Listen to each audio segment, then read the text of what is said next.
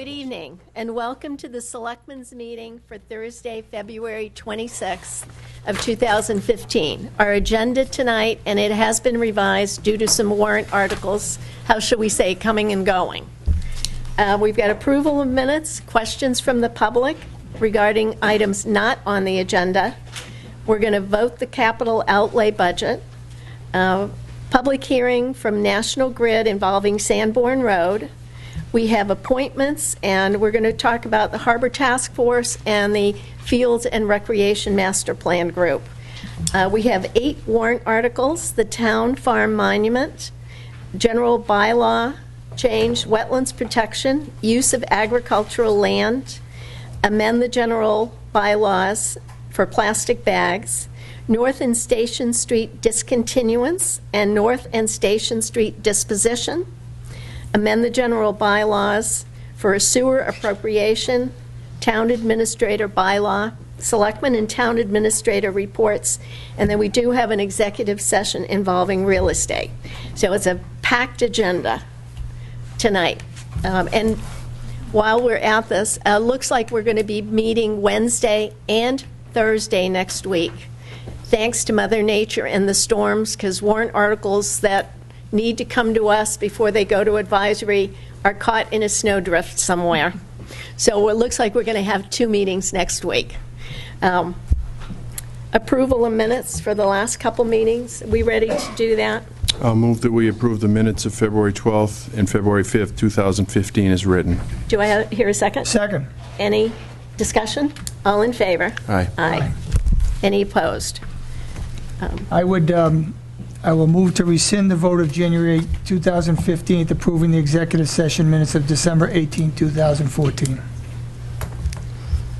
I'll second it. Any discussion? Yes. Okay. This is strictly on the rescinding the minutes.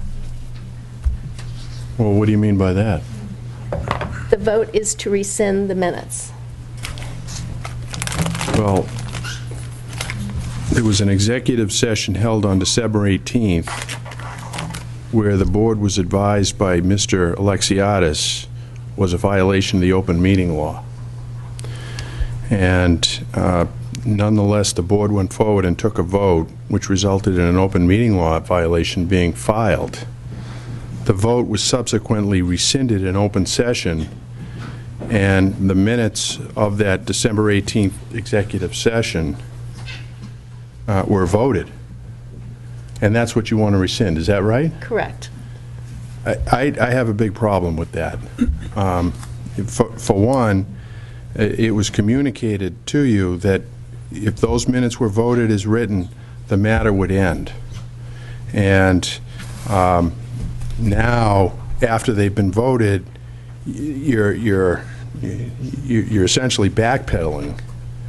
And I have a big problem with that. I think that that's unfair. I think that, I worked in a spirit of compromise to try to resolve a difficult issue that was unpleasant without having this conversation publicly, and now we're having it publicly. And I think that for the public to understand, why I persist in the light of all this other work that we have to do, there's got to be an explanation provided. Maybe I can provide it, Paul? Sure. I'll try to keep it brief. Please. So on December 18th, when we had executive session, it's not unusual for there to be different additions suggested in open meeting in executive session. So I had submitted some suggestions that I thought were accurate based on my memory of the meeting, and by no means is my memory always the right version, but we do always try to work together. So, and the only reason I'm really putting the motion forward is for one obvious reason. So at one point, it was my understanding, talking to town administrator, we had a consensus on what the minutes would be, Paul. And those minutes, and that was what was forwarded to me at 4:41 on Thursday afternoon when I was in a traffic jam heading from Boston, which I never saw that night, were not the minutes that we were working on, agreeing on. So there was a mistake in getting at least the most accurate record of what you were trying to work with me and Irma on. What we I don't even know what we voted on, to be honest with you, because we never had the actual hard copy. I saw it the next day, Paul, the minutes that were forwarded to me. I did have a conversation with Betty on the road, really not about the minutes, because I didn't know they were even sent to me. And my main concern is that, as we will see, I think, in the ultimate final version, I had made reference to a 30B issue that was brought up on the 4th, that when I'd gone to town council, I got an answer, and that wasn't even in the minutes that were sent to me at 4:41, and I'm assuming they were sent to you around the same time. So I was led to believe that those minutes were accurately reflecting those things, and they weren't. And I believe it's an honest mistake, because nobody in our office would do that intentionally. I have no doubt in my mind. So what I've done, and you know since that time, is I've attempted, along with you and Irma, through Ted, to get some type of consensus on what the minutes should be. But in any event, whatever we supposedly voted on that day, we're not close to what we had at least agreed to, what was the accurate minutes. We may disagree on a word or two at this point, and that's where I read it, but it was 100% clear, and I don't think you'd disagree, that I brought up a 30B issue that was spoken to town council, and he had given us a decision on it, and that should have been in the minutes. So at the very least, without getting into every little detail, that wasn't there, and I cannot explain why the version I was sent at 4:41 on Thursday afternoon didn't include that. I think it was an honest mistake. But I don't think we're doing our job if we just say, you know what, we think we passed some version, and we're just going to let it go. I think we want to get it right. We also... And that's the only reason I'm doing it, Paul. It's the only reason. It was clear as day to me that it really wasn't close to what we had agreed on, or we thought we'd agreed upon. So let's just clean up the mistake. We can keep talking if you want, or we can vote on a version. It's really up to you. But I think we're pretty close on the version. A word or two is what I got the impression. We also did not have paper copies in our folder, because the error would have been caught had we had paper copies. I conferred with Betty Foley, the Assistant Town Administrator, and asked her what your position was on this, and she informed me that you emailed her that you were fine with the minutes that were emailed to you. Because I trusted her that was the version that we had all agreed on. I emailed her after 6 o'clock, as we're all trying to get here. I'm going to introduce into the record the original draft minutes that were taken of that meeting, because I think it's important for the public to see what was recorded. And I have a few questions I want to ask Mr. Alexiadis and Ms. Foley on the record so the public can hear this. Let's move this, because we have a packed agenda, and we do have people that want to take the 5 minutes, and we have a lot here. So let's move this discussion to the end of the meeting. Is that okay? No, I don't want to do that. Doesn't matter to me. It doesn't? Paul, Fine. one quick question, just to be clear that we don't have a problem. When you move to introduce executive minutes that were drafted, they are still executive minutes. So I don't think that it's appropriate, but if town council tells us, or the town minister says that we can introduce executive minute drafts every time we come in here, I just want to cover us, and I'm looking out for you as well. Yeah, I don't make changes to the minutes. I generally accept them as written. Well, I think other people do, and not just you and I and Irma, but there's other people that change them too.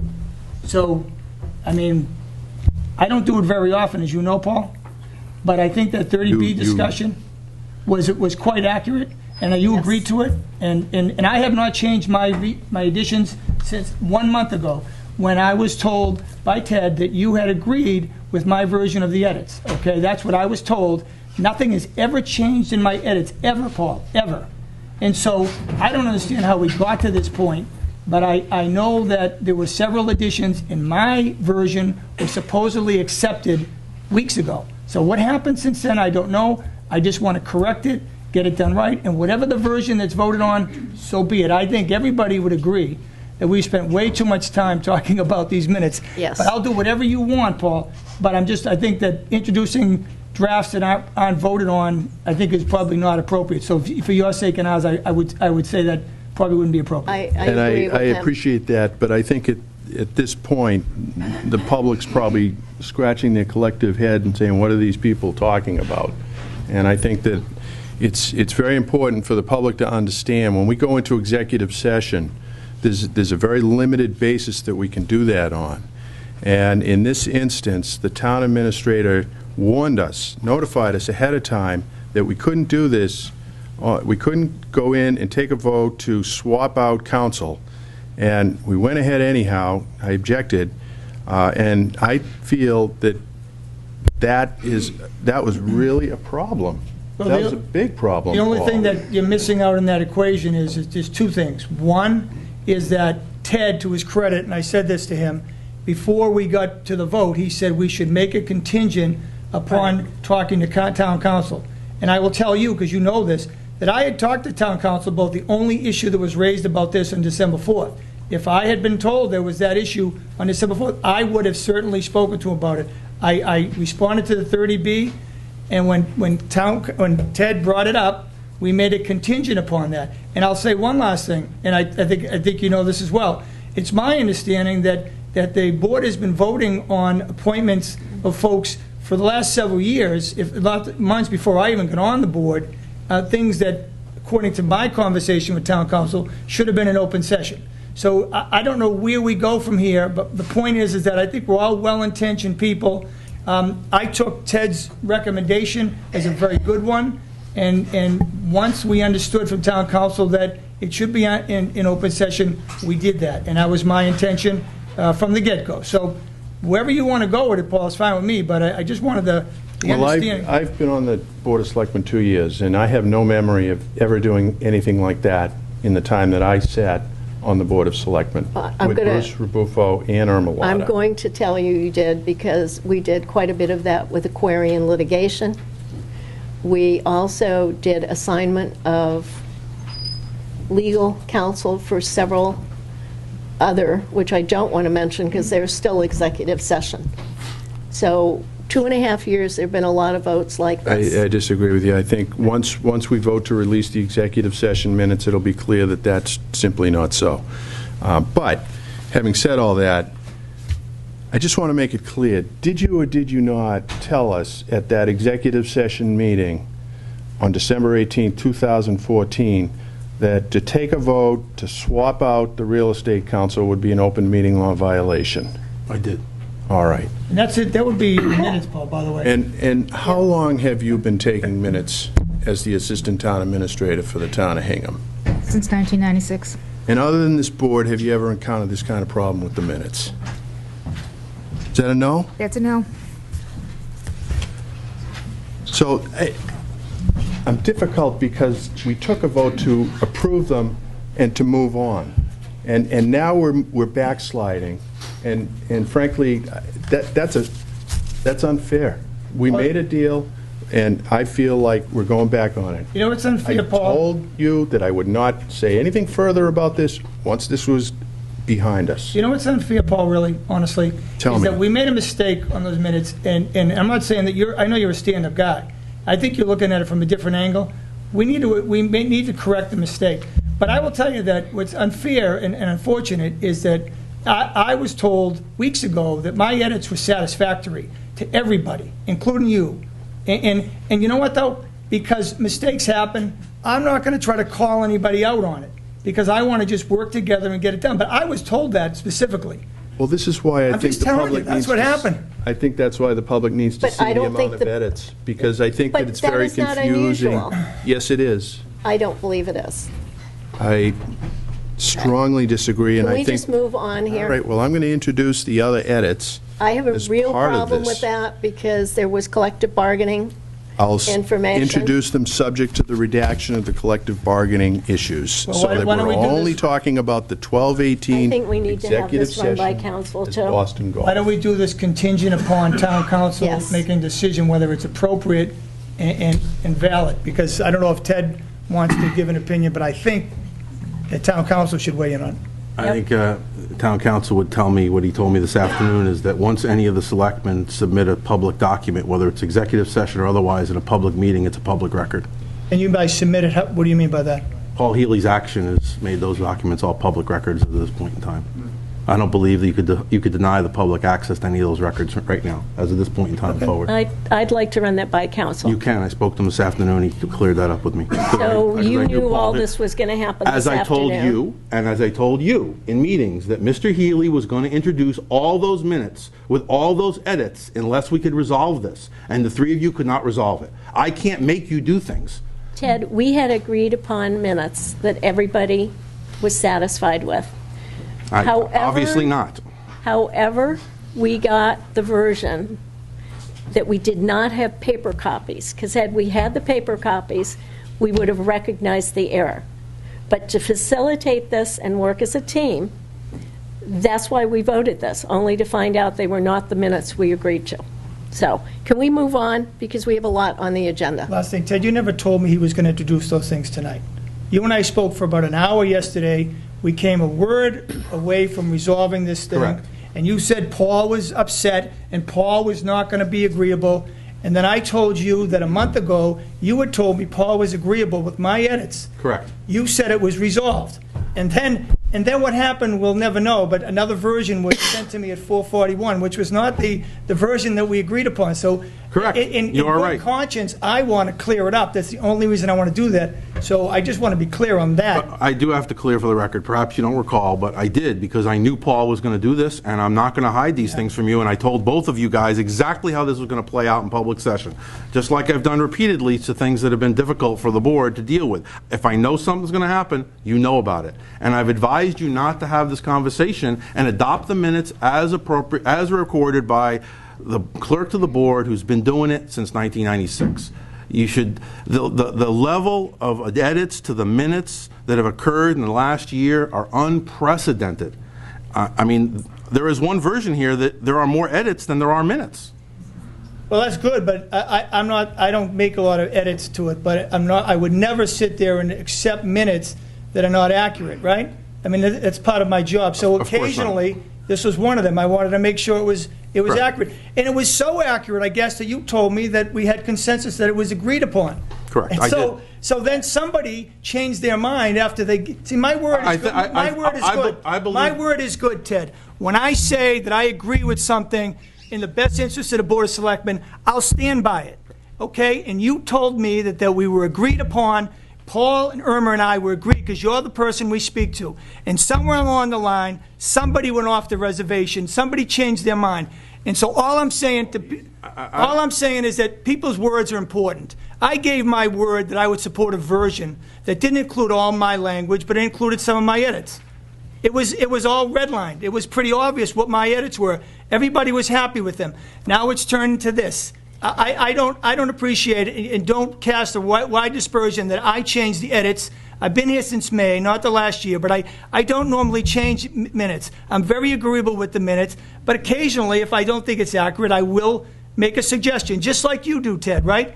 You're not on the Board of Selectmen, but you put your 2 cents into this December 18 minutes, as you told me. You said you needed this language in there. You did. I'm not giving you a hard time about you putting edits in there, Ted. Because I'm you upset. started it. Because he's telling me I things do that he not, didn't say. for the record, I do not edit the minutes. It is You not told my me you role or did. You responsibility. insisted that some language be in there. That's what you told me the other day. It doesn't matter. It doesn't matter. But He used him. Original minutes. Paul, he used him personally. He said I, not you, I. He needed them in there. That's what he said, Paul. He did, Okay. as the And town administrator, needed them we in had there. a version that all three of us, through Ted, agreed upon. That's what we thought we were voting on. Can we move on? I'm done with this. Excuse me, can I just say one thing? No one knows what any of you are talking about, so it might be good to move on and maybe, because no one knows, everyone's saying. Okay. what you're talking about. So can I just have it clarified at some point, because you don't understand. Okay, and we're using way too much time. When do you want to clarify it? We can do it if we meet Wednesday, and let's see if we can't get the agreed-upon version We that have we them all, all... we have them So, all here. We've okay. given them all to you. We've But given no, you the there's original, there's your one- comments. We've given you There's the, one version that we all agreed upon through you, I have it right here. that is the one we thought we were it's voting on. included in your package. Yep, I have it You are here. free to vote all of these Okay. different revisions. We'll revisit this on Wednesday. Yeah. I would like to Yeah, have my let's do motion, the rescind. and then we can hopefully agree on it. If not, we can keep talking about it. Okay. The vote right now is to rescind the minutes of January 8th. And, December 18th minutes, executive I'm session. sorry, December 18th. Do I, we're done? You made a All second. right, on it. I second. All in favor? Aye. Any opposed? You want these, Paul? Fine. Okay. That's the version on February 11th that And that's the one was we sent all... out to me again. Yeah. That was the version that a month ago that I sent out. Let's do the questions from the public. Sentence that's in question is this one. Mr. Hersey. Good evening. My name is John Rissy. I don't, pull the microphone up a little Well, bit. I did pull it up, but this guy behind the curtain there pulled it down. Said he so- couldn't see us. Okay, so, the subject tonight is, if I was a poor man, this would be my last buck, and I'd like to spend it the way I want to spend it, which I can't now, because on the 27th, we had a snowstorm, 2 feet of snow, and on the 3rd of February, we had about a foot of snow, and on the 15th, we had 2 feet of snow, or 20 inches of snow, and now the 20th, I hear in the news that we have a school building that is in need of repair because of too much snow weight, and I'm looking at this as incompetence in the highest degree. Of course, we need a school there anyway because it's falling down, so just to push it forward real fast, nobody decided until, I guess the 20th when I heard the news, that the building was cracking and falling down. So my question is, don't we have any maintenance people that work for the school department? Can anybody go up there with a snow blower and snow blow these roofs off? Why did it take until the 20th from the 27th, 2 feet of snow? Why doesn't anybody see that? I mean, I'm talking to a very close friend of mine, the chubby guy in the back room there, Jim Clark and I, and we talked about it all the time. Does anybody see this? Are we the only two in town that see this? What's going on? This is a competency. Now I have no choice. I have to spend my last buck on a new school. Thank you very much. Diane? Good evening, everybody. I just wanted some information about... Identify yourself. Oh, I'm sorry. Diane Travers, 81 North Street. Yeah. My husband and I were here about a month and a half ago to do with the North Street sewer system, the sewer odor. And this is actually, we'd like to know the status of And what's going on. We haven't Diane, heard I from anybody. apologize to both you and Jerry with the snowstorms that has put us, because we did commit to getting back to the North Street residents on camera. I know there's been a few meetings scheduled, but canceled. So I'll turn it to the Correct. town administrator. That's exactly the case. I mean, you know, with all the issues between the snow and the roofs and the budget, which was supposed to be voted tonight, which will be voted next week for the annual town meeting, we just haven't had a chance to sit with the sewer commission and talk about, you know, what transpired on North Street to cause that issue, but we will. Now, is that meeting for anybody, or is it... You know, I was going to start the conversation with the town engineer and the DPW folks and the sewer commission and see where they wanted to go with it. You know, I know you're here in front of this board, but this board actually has virtually no jurisdiction over the matter. It's a duly elected board sitting actually behind you at the moment. So we have to go talk to them about how they want to handle this. It really is their call on what they want to do. Well, it was originally, and it all had to do with the moratorium on the road. They originally asked the last set of selectmen to open the road, Correct. and that was totally ignored with... Well, it wasn't ignored. I think the board said no, and they said do ignored. something else, and they did something else, and now that might not be working, so we're going to have to... Not working, and I'm honestly going to say to cease and desist on flushing those lines, because we will not have that odor in our house anymore. I understand. So take the Band-Aid off, whatever it is. It's not going to happen again. Not in our house. And I'm not having any more people walk through our house to smell it. It's there. It stinks. Well, as I indicated to you before, even though it's not a Board of Selectmen issue, the Board of Selectmen has asked me to get involved in it. Without stepping on the toes of the Sewer Commission, I will work through that issue with them and see how they want to handle it. The Sewer Commission is really working with us in partnership, because I was planning to go to that meeting partially to learn.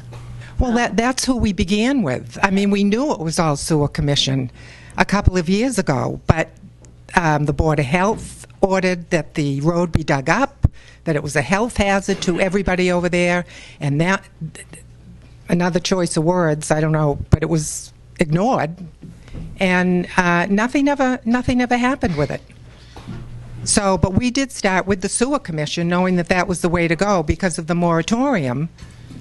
It ended up here at the Selectmen. So now we're back. I'm going to follow up on your question.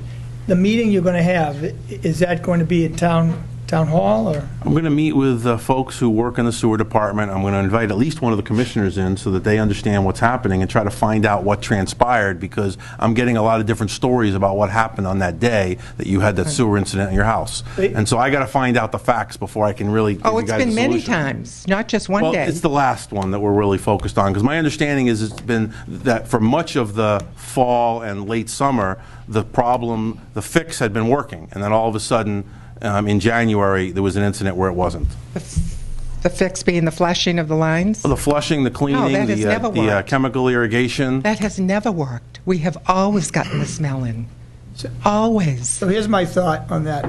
So if you're getting different... I don't know. I'm getting a bits lot of different facts. Yeah, from you the sure state. are. I would like, on behalf of one person on the Board of Selectmen, to have a resident who knows firsthand what's going on be at that meeting to assist you and the other folks to getting to the bottom of Yeah, things. It I seems to mean- me it would be prudent and time efficient to have somebody from the neighborhood show up to be assisting, giving information. Well, it's really just... And also, so she would have information Sure, herself. I'd be happy to invite you. and it's really affecting us, because I don't know whether we sit lowest on the street, but has nothing to do with the lateral line with the cap left on. Believe me, we knew that was coming up next.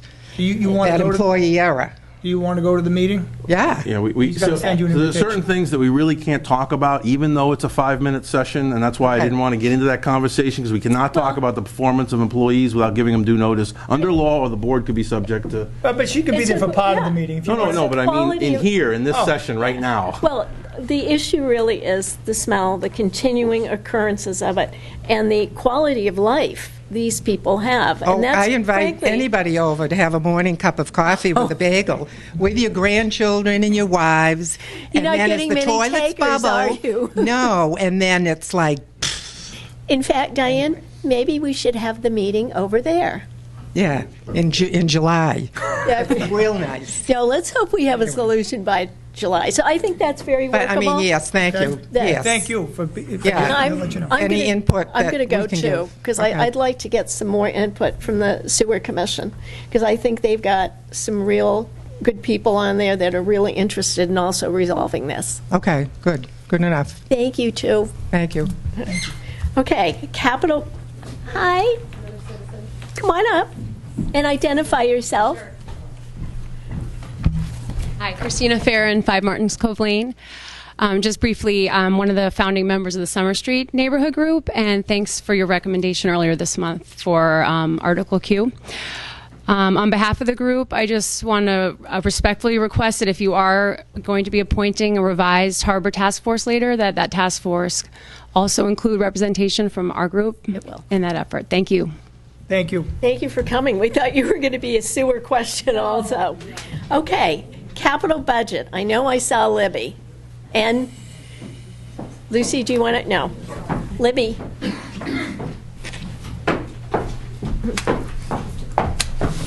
All righty. Madam, Hello. fill us in, because we're actually Yes. going to take a vote, but then you can kind of give us all the conditions. Yes, I will do that. I'm Libby Claypool, Chair of Capital Outlay. And we were here a couple weeks ago to present our preliminary budget. And I'm here tonight to just, I guess, tie up some loose ends and just kind of circle back on a couple of those items that we discussed. And if you look at the, I don't know if you're going to go from the latest version that you have. I'm just going to note real quick, because I know we're on the agenda for 5 minutes. So I'm just going to tell you real quick what the changes are from the version 2 weeks ago to what you have now. So the bottom line number as far as what is coming from the tax levy has not changed. The amount from the mooring permits, which is for the harbor master, has Why not changed. why don't you rattle off the numbers? Okay. The amounts that are on the new budget are the same as what they were 2 weeks ago, but let me use that version, just so that there's no confusion. And the amount that, the total that we are recommending is $3,013,460. Of that, the portion from the tax levy is $2,097,460, with an additional $71,000 that's coming from fund balance mooring permits. That is for the harbor master. And the $345,000, which is coming from user rates and charges, which, just for everyone's edification, is sewer commission, the South Shore Country Club, and the Recreation Department. And then the final item is on the new, this is one of the items that is revised, which is $500,000 that is from borrowing, and that is for the design and bid for Station 2. And so the total dollars on this budget is $100,000 different, which is the borrowing amount. That's the only thing that's changed. So I'm just going to tell you real quick, just so if you are looking at the prior version, would you like me to just give you those? I think it's only a handful of items. Yep. The fire department, going in order from the prior version. Initially, that amount for the design and bid on Station 2 was $600,000. That is now the $500,000 that's reflected from the borrowing. We also that's for fiscal 16. For fiscal 17, we have the Station 2, which is North Station, renovation number has been revised from the previous amount of $4,308,000 to the $3,750,000. We also added a footnote for anybody that's in the public that has the version that we have here that just kind of touches upon the amounts there, and also just directs the reader to, at this point, Article N. I believe it's going to change, but will be assigned a number once the warrant is finalized. And then the other amounts that were on our version before were for Constitution Fire Station, and that was design and bid in fiscal 17, as well as renovation in fiscal 18. Those have been removed. And I'll just touch upon at the end how some of these are mostly presentation changes that we made. Going on to Public Works Engineering, the depot parking lot reconstruction, that amount, the $170,000, has been moved from, we actually moved it from school-wide because the school department owns that property. They're initiating this project, but we thought it might be more appropriate in DPW engineering. After speaking with the school department and DPW, we are moving that back to school-wide for the two reasons that I just articulated. So that will no longer be in engineering. There was a footnote on the prior version for the highway for the Cushing Street project. Yep. That amount is staying the same. We wish we had more money to add items, but we don't. The prior version also had under Recreation Department. It had really just a blank placeholder for the East Street Skate House project. There's a lot of work to get to that point. So at this point, we will note that in our comments on the warrant, but at this point, it's premature to have that on a 5-year plan because we have no dollar amounts to associate with that project at all. And I think this would be the final, let me just double check here. Yes, the final changes for the high school is that the prior version made reference to the weight room feasibility study.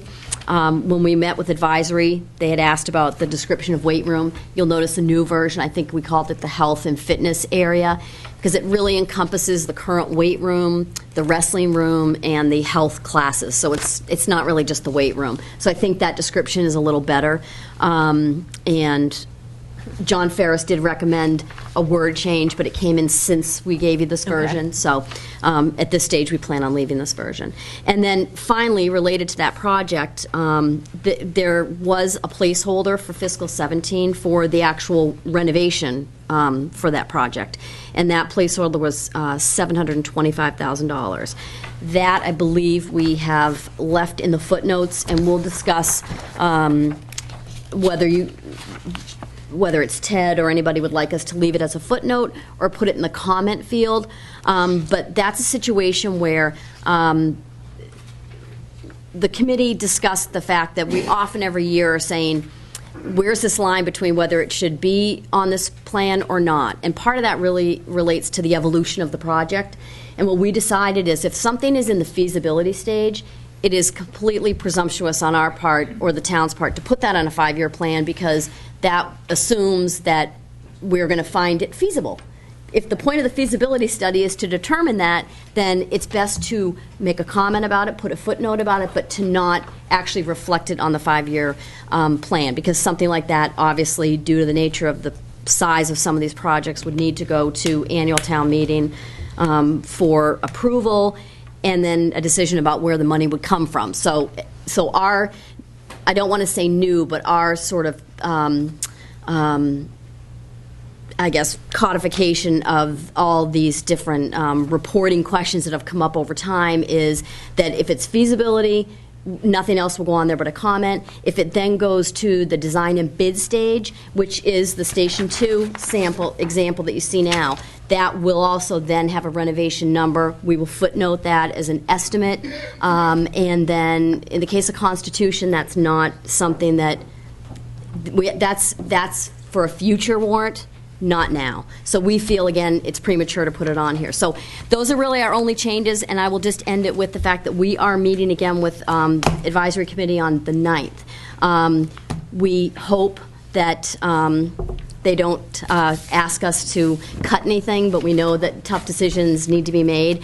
We've kind of fought over the years to have capital be a priority, our buildings and schools and all the other buildings in town, and so we hope that we're not an afterthought after all the operating money gets used, because we really want to be something that that is a priority, and we will continue to advocate for a facilities manager for the town, which I think is apropos to the point that you brought up. We've been bringing that up for quite a while, and we're going to actually.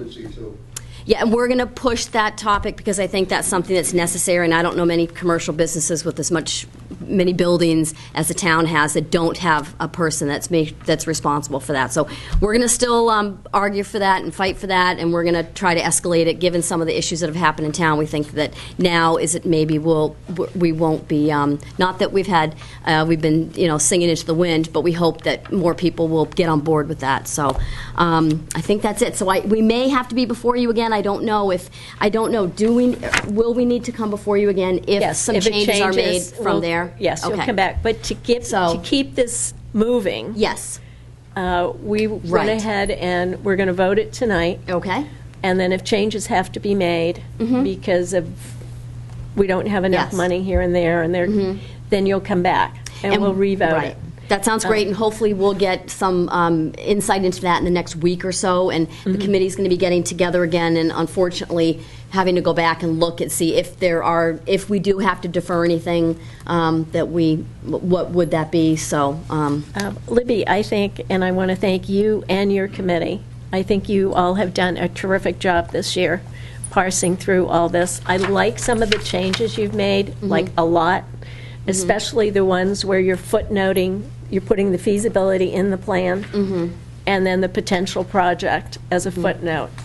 Because what usually happens is you plug the project and then you just kind of move it out and out and out. But it begins to look like it's more real than it is. And I support your fight for a facilities manager. I've been trying to move that along since I was on advisory. And if the storms we've had over the last 2 months don't justify it, we could really use one. But I think you guys have done a great job. Thank you. Gentlemen? I have nothing. Thank you. Great, thank you. Thank you. Okay. Awesome. I'll take a motion. I hope to not see you again. I hope It's nothing I hope personal. this is it. I Libby, know. it's nothing personal. It isn't. I hope we don't have to reduce it, so. Me too. I'll take a motion. I move that we approve the FY 2016 capital outlay budget of $3,013,460 from the following funding sources: tax levy, $2,097,460, fund balance, parens mooring permits, $71,000, borrowing, $500,000, and user rates / charges, $45,000. 345. $345,000, thank you. I'll second that. Any further discussion, any comments from the audience? Okay, all in favor? Aye. Any opposed? Thank you, Libby. Okay, thank you. Lucy. And I think that's it for the committee members, otherwise I'd single them out. Yes. Okay. Somebody we haven't seen for a while. Dennis, come on up here. Are you with him? Excellent.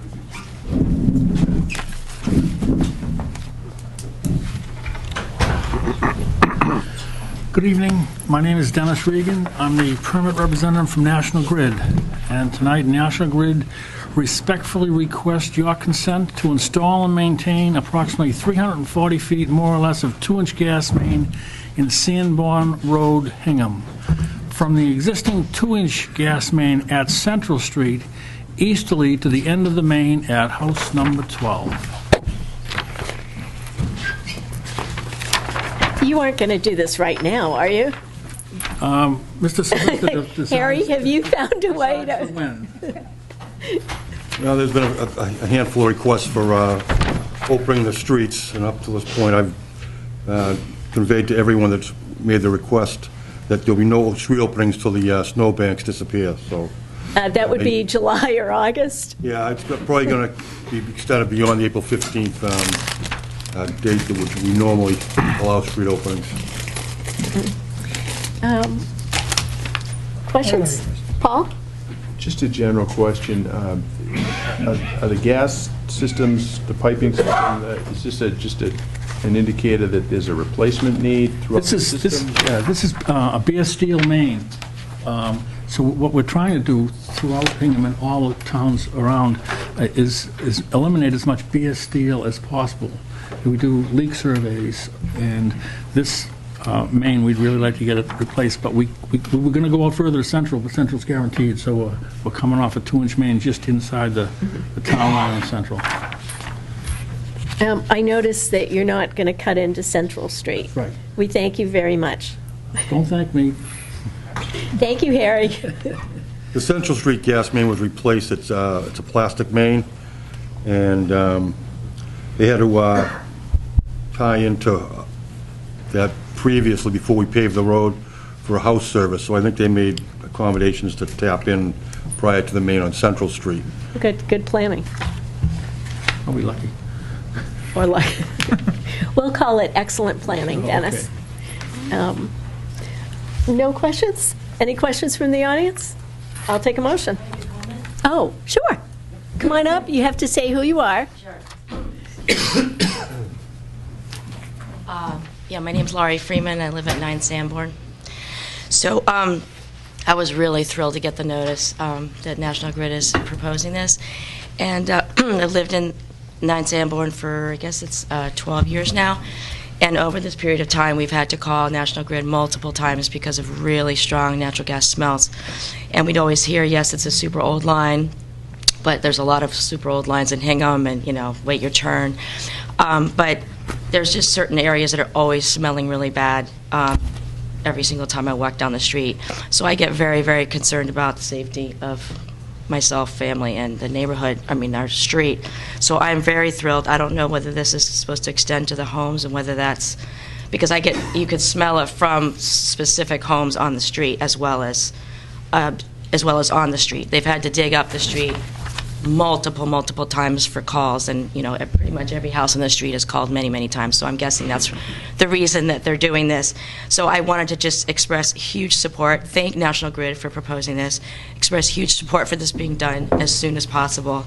One other thing, in addition to the fumes that you smell, there's also, I would note, and we've had an arborist mention this as well, that there seems to be a lot of the trees on the street dying, and we think it's as a result of some of the gas that's leaking out of these incredibly old pipes. What is it, over 90 years old? So anyway, huge support from our street for this to go as soon as possible. Thank you very much.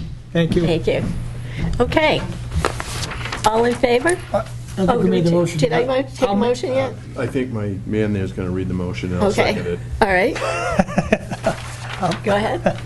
I'll move to approve the request of National Grid to install and maintain approximately 340 feet of 2-inch gas main in Sanborn Road. This gas main will originate from the existing 2-inch main adjacent to Central Street and continue under the paved surface of Sanborn Road for the entire length to completion at house number 12. This approval is subject to the stipulation of the Department of Public Works, including a letter dated January 13, 2015. I'll second. Any further discussion? All in favor? Aye. Any opposed? Thank you so much. Thank you. Thank you. Thank you, Dennis. See you there. The next is 2 appointments to 2 groups. The reconstituted Harbor Task Force.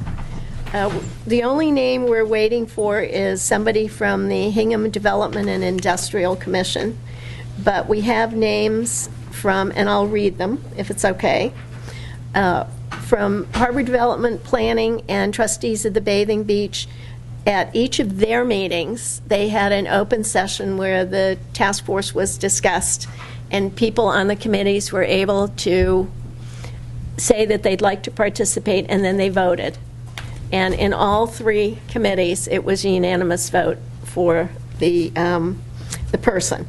In Harbor Development, there was 1 abstention, and it was the person that was acting as chair at the time. So from Harbor Development, we have Paul Lasorda. From Planning Board, Sarah Corey. Trustees of the Bathing Beach, Alan Peralt.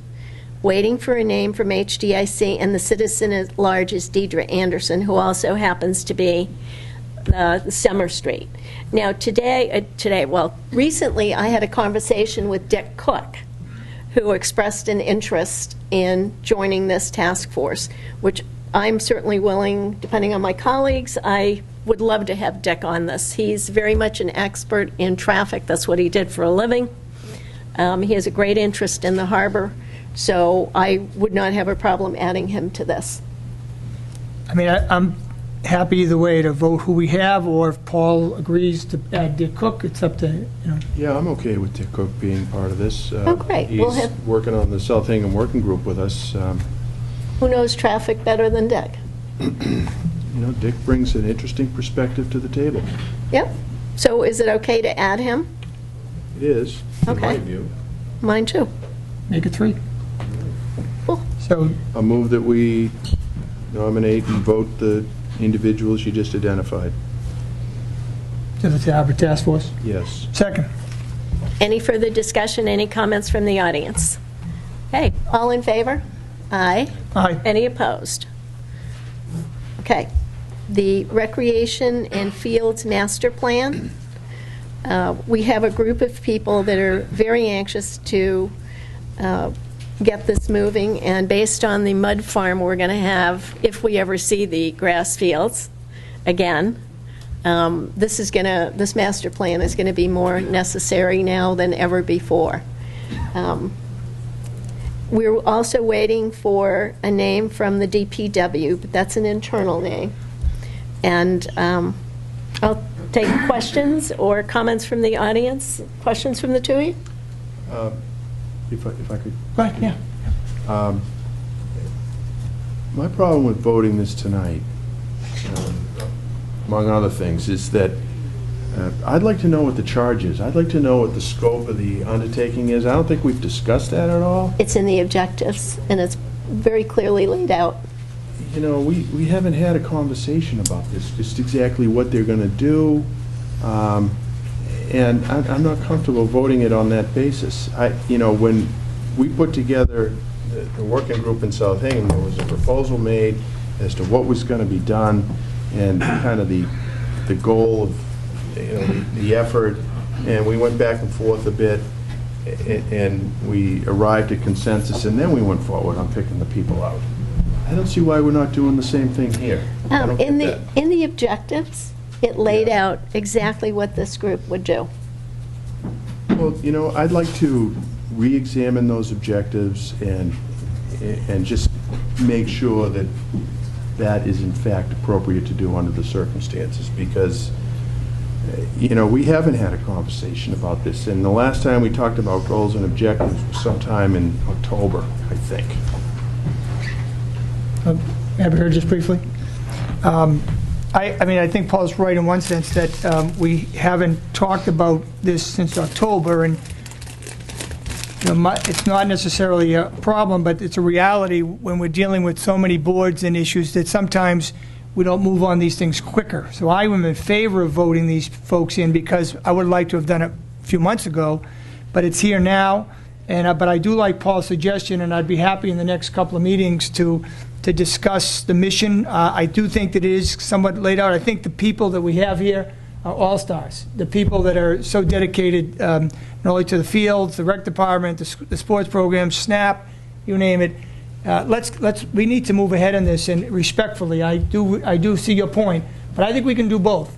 I think we can appoint the people, and we can continue the dialogue, and obviously get these folks working on it. And there's a lot of people, at least from my perspective, that are looking for us to do this, looking for us to do it yesterday. And I think if this would be a good sign to people that we're working on it to get these people appointed. I don't think these names are going to change, by the way. Maybe they will, but I love the people that are on this list. They're so dedicated to this. Yeah, I do. And I'm not. I make no bones about it. But the reality is that they're quality people, and if we can guide them with some discussions in the next week or two about what maybe beyond the objectives, they need some more guidance, I'd be happy to do that with you, Paul. What I'll do is for the agenda on the 5th, I'll bring in the March 5th, February 5th. March 5th. Just kidding. March 5th. I'll bring in the objective with the mission as we laid out.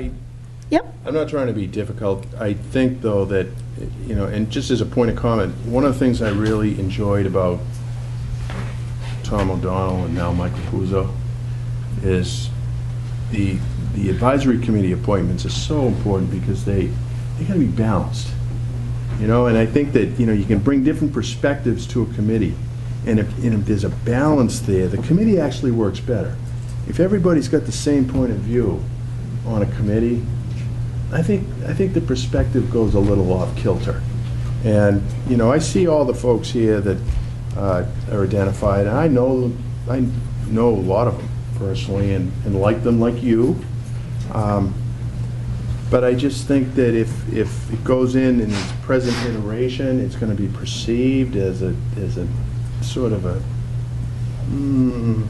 perspective that lacks that balance for the field issue, because I think the fields, that generates more than just a sport question.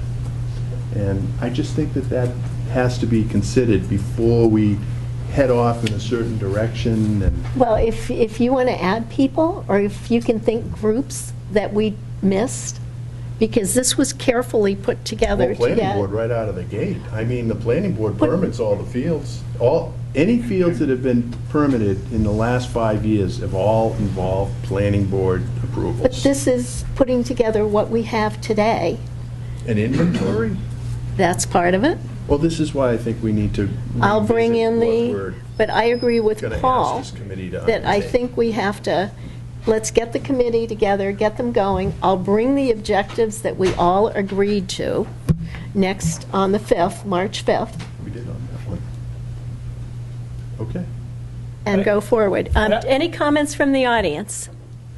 I'm sorry, Carol. Can you just explain what committee you were talking about? Yes, this is the Fields and Recreation Master Plan Committee, and it's part of the Board of Selectmen Goals and Objectives.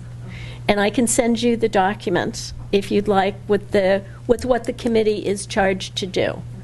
Do we have any audience comments? Warren.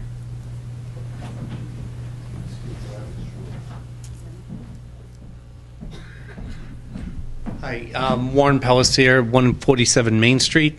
Thank you, Paul, for taking a look at this tonight. I know I've spoken to the board here a number of times about the various athletic facilities that we have in town, and you all sort of understand the sort of dilemma that we're in.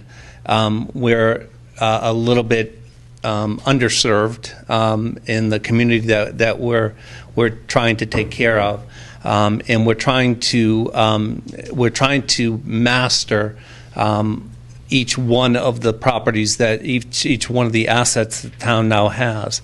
Town has made a huge investment into, as well as the people of the town have made a huge investment into the fields at the high school. And there's a lot of other things that are going on.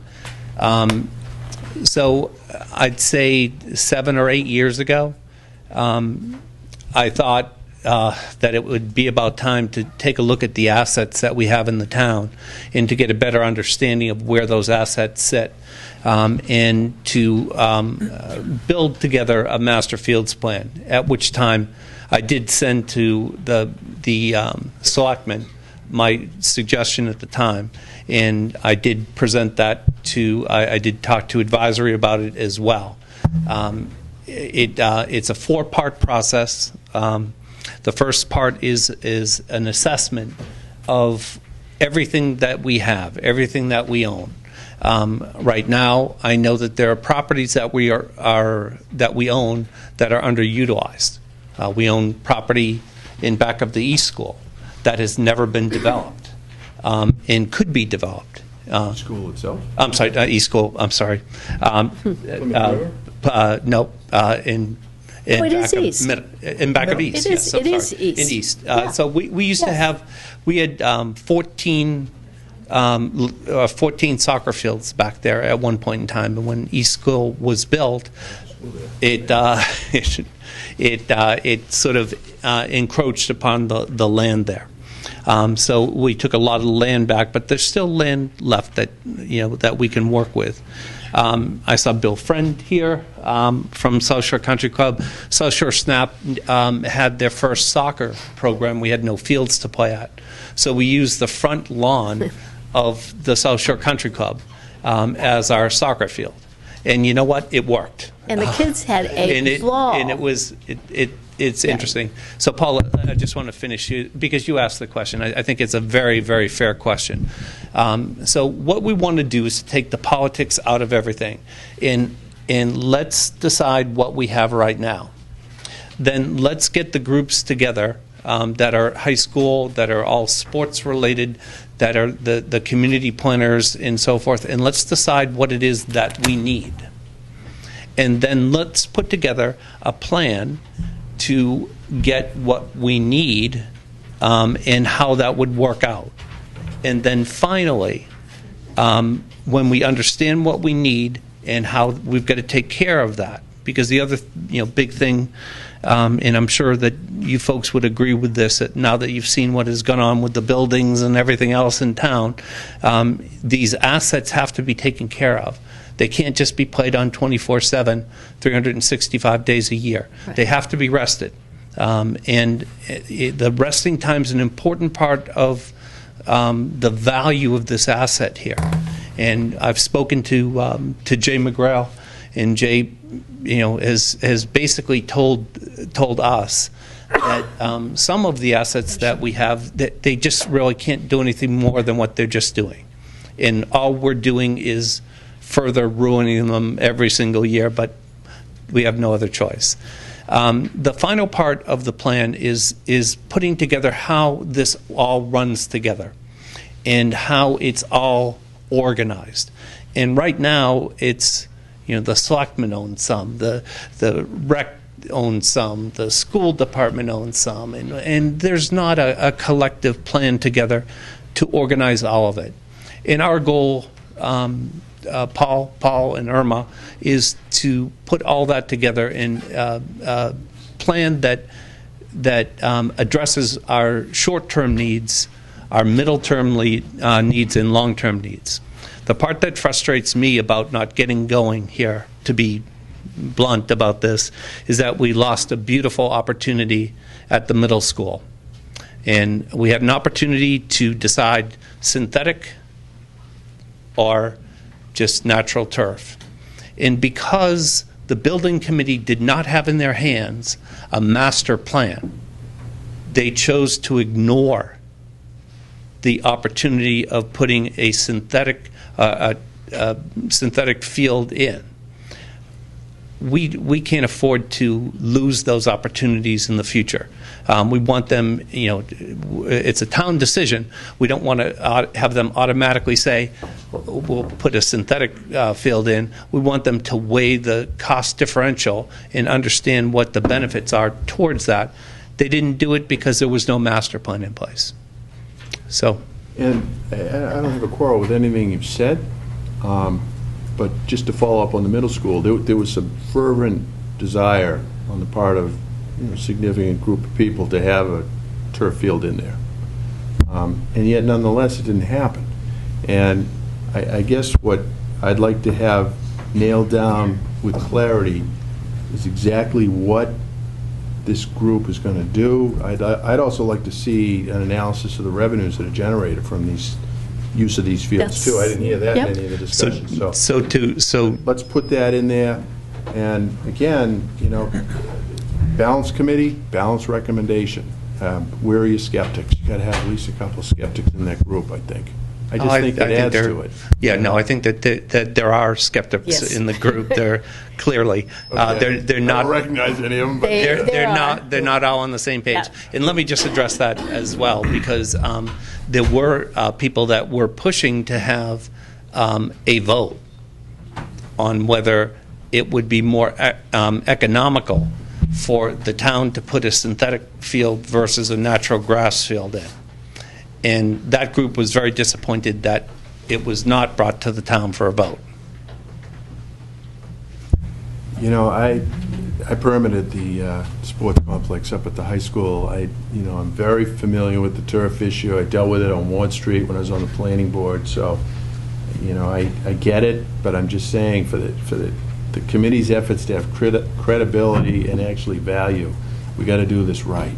Oh, I don't disagree with you, and I don't see a person on that list that would not be prepared to do the right thing for the right purpose.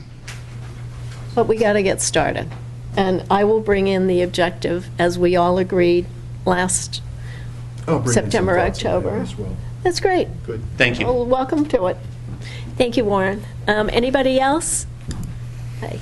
I'll take a motion. I'll move to appoint the following to the Recreation Fields Master Plan from the Board of... No. I said I would go over it in the next couple of weeks. So we already have an objective, and we'll keep talking. That's what I said. And clarify the objective. Go ahead. Okay, from the Board of Selectmen, Irma Lauder, Recreation, Vicki Donlin and Mark Durrell, South Shore Country Club, Bill Friend and Jay McGreal. From the school, Ray Estes, Snap, Warren Pellissier. The sports group, soccer, Ted Healy, football, Tom Hoffman, lacrosse, Brian Leidick, Babe Ruth, Elliot Sherman, Little League, Tim McGowan, and the DPW will have an internal representative at some point. You're not going to second it? I'd like to wait. Okay. I'd like to wait until we have a focus, so maybe we can augment this committee with people. We can add people to citizens it. who bring an additional perspective that would add value to the effort. And we can add people to the committee. And we've all agreed. Giant wagon train. No, it's not, Paul. I think you're looking. The sports groups are not all going to be at every meeting. Yeah. The sports 13 groups. people. The sports groups are not going to be at every meeting. It'll be when they talk about a particular area of sports. So, I'll. I'd ask that you wait. If you want to vote for it, it's 2-1. Okay. That's fine. I made the motion. I'd rather wait. Okay, I'll second it. Any further discussion? All in favor? Aye. Aye. Any opposed? And we'll review the objectives that we all agreed upon again next week, or, yeah, it is next week, March 5th. And then if you want to add some, that would be great. If you see an area we forgot when we all agreed the last time, that would be great. If you think there are some other people that should be invited to the committee, suggest them and we'll add them. All right, thank you very much. All right, let's move to our warrant articles. The Town Farm Monument. Can I share with yours? Believe it or not, I left my book. Mr. Curley. Beth. Please, you've done a lot of work on this. I'd like to see you take the credit for it, please. Here's a roll right there. Oh, thanks. We'll give him some credit. I'm not going to push my luck. I know he won't come. All I can do is raise the number. Okay, I'll turn it over to the two of you.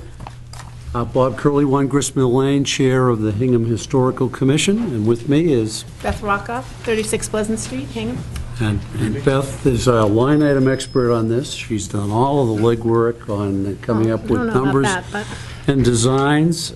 She's done a fantastic job and deserves a lot of credit. Thank you. We gave a detailed exposition of the history of Hingham's almshouses last time. I won't repeat that. You asked us to come back with a recommendation on designs and a budget. And it is the unanimous recommendation of the Historical Commission that the design consist of a boulder with a brass plaque. Bronze plaque. See, I knew I needed my line. See, and you wanted to stay back there. No. And that is to memorialize the persons who were buried at the last almshouse site. And it was the unanimous feeling that that type of monument really is the most appropriate to do that. I do want to give some credit to Jim Clark and to John Hersey and others that have done an incredible amount of research. I think Jim is up to documentation of 121 people that were buried at the almshouse site. And unfortunately, we have still been unable to locate the exact burial site. We thought that 3 signs based on the design of the tercentenary signs with the town seal, which the town clerk has authorized the use of that, should be located at the 3 sites of Hingham's 3 almshouses. The total budget we would propose is $20,000 for the 3 signs, the boulder and the bronze plaque. And we don't know that we would necessarily spend all that much, but we feel that that would probably cover the expected cost. Super. Thank you both, and Jim Clark, thank you, and John Hersey, thank you for all of the work and the time you've put into this. From my perspective, I think this sounds like a great recommendation. Thank you. I'll open it to Paul and Paul. I share the comments of the chair. I will tell you that before I talked to Jim some time ago and heard the presentation, I was not really aware of the full breadth of what had been going on in the town and the almshouses. So being a lover of history, I'm very happy you folks took the time to not only enlighten me, but maybe enlighten some more folks in town about the importance of remembering the history of the town. So thank you. The one thing I learned from you, and I have a whole collection of history books of Hingham, I didn't realize there were 3 almshouses. One called the Town Farm. That was, and you really don't pick that up in all the history books at all. So you all have done some spectacular research here. And Andrea, I know you've been very supportive of them, so thank you also, hiding in the back of the room. Do we have any comments from the audience? Mr. Hersey. My name is John Hersey. There's just 2 loose ends that has to be cleaned up. First of all, I hope it's going to be unanimous of where this stone is going to be placed, because Mr. Clark and I have an excellent spot for it, which will be beneficial to everybody. It's an excellent spot. We touched on it, but it isn't concrete where it's going to go. It should go here. If we have a conversation, I think everyone will understand. Number 2 is there has to be a letter to the Department of Interior asking for permission to grant this, because it is in Bearcourt Park. Okay. Thank you for bringing that to our attention. And hopefully, as this passes through town meeting, Ted, I'm sure you can help us with that. We do have a process in place to deal with that with the Department of Interior. Right. And I think once the snow melts, The exact If the snow melts. the exact location issue is something that needs to be addressed, and probably needs some buy-in from other departments of the town, the DPW, I don't know whether they're... Bear Cove Park Committee, I'm sure. Bear Cove Park Committee, police or fire, I don't know, but that is something that is still on the drawing board. And I don't suspect everybody's going to troop out there now to try and figure out where to put it. You'd be waist deep. At least. Carol? Say where the location of the other almshouses was? One almshouse was, and the building still exists, was on Short Street. It doesn't exist. I thought the building existed. No? The building's not there anymore. It's torn down. Well, the GAR Hall was the second site, and that burned down, as I understand it. Yes. And then the last one was near, is it The Back River. The Back River Condos. development. Where, Yes. Yes. Or Lissa. I think we'll make sure that doesn't get in the minutes. I agree. Mr. Clark, if you want to speak, up here.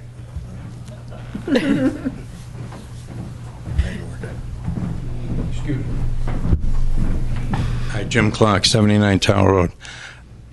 I'm in the process now of going to calculate and find out how many veterans are buried there, so these numbers that they gave you, there might be a little addition somehow or another with that recognition. Thank you, Jim, very much. Thank you, Jim.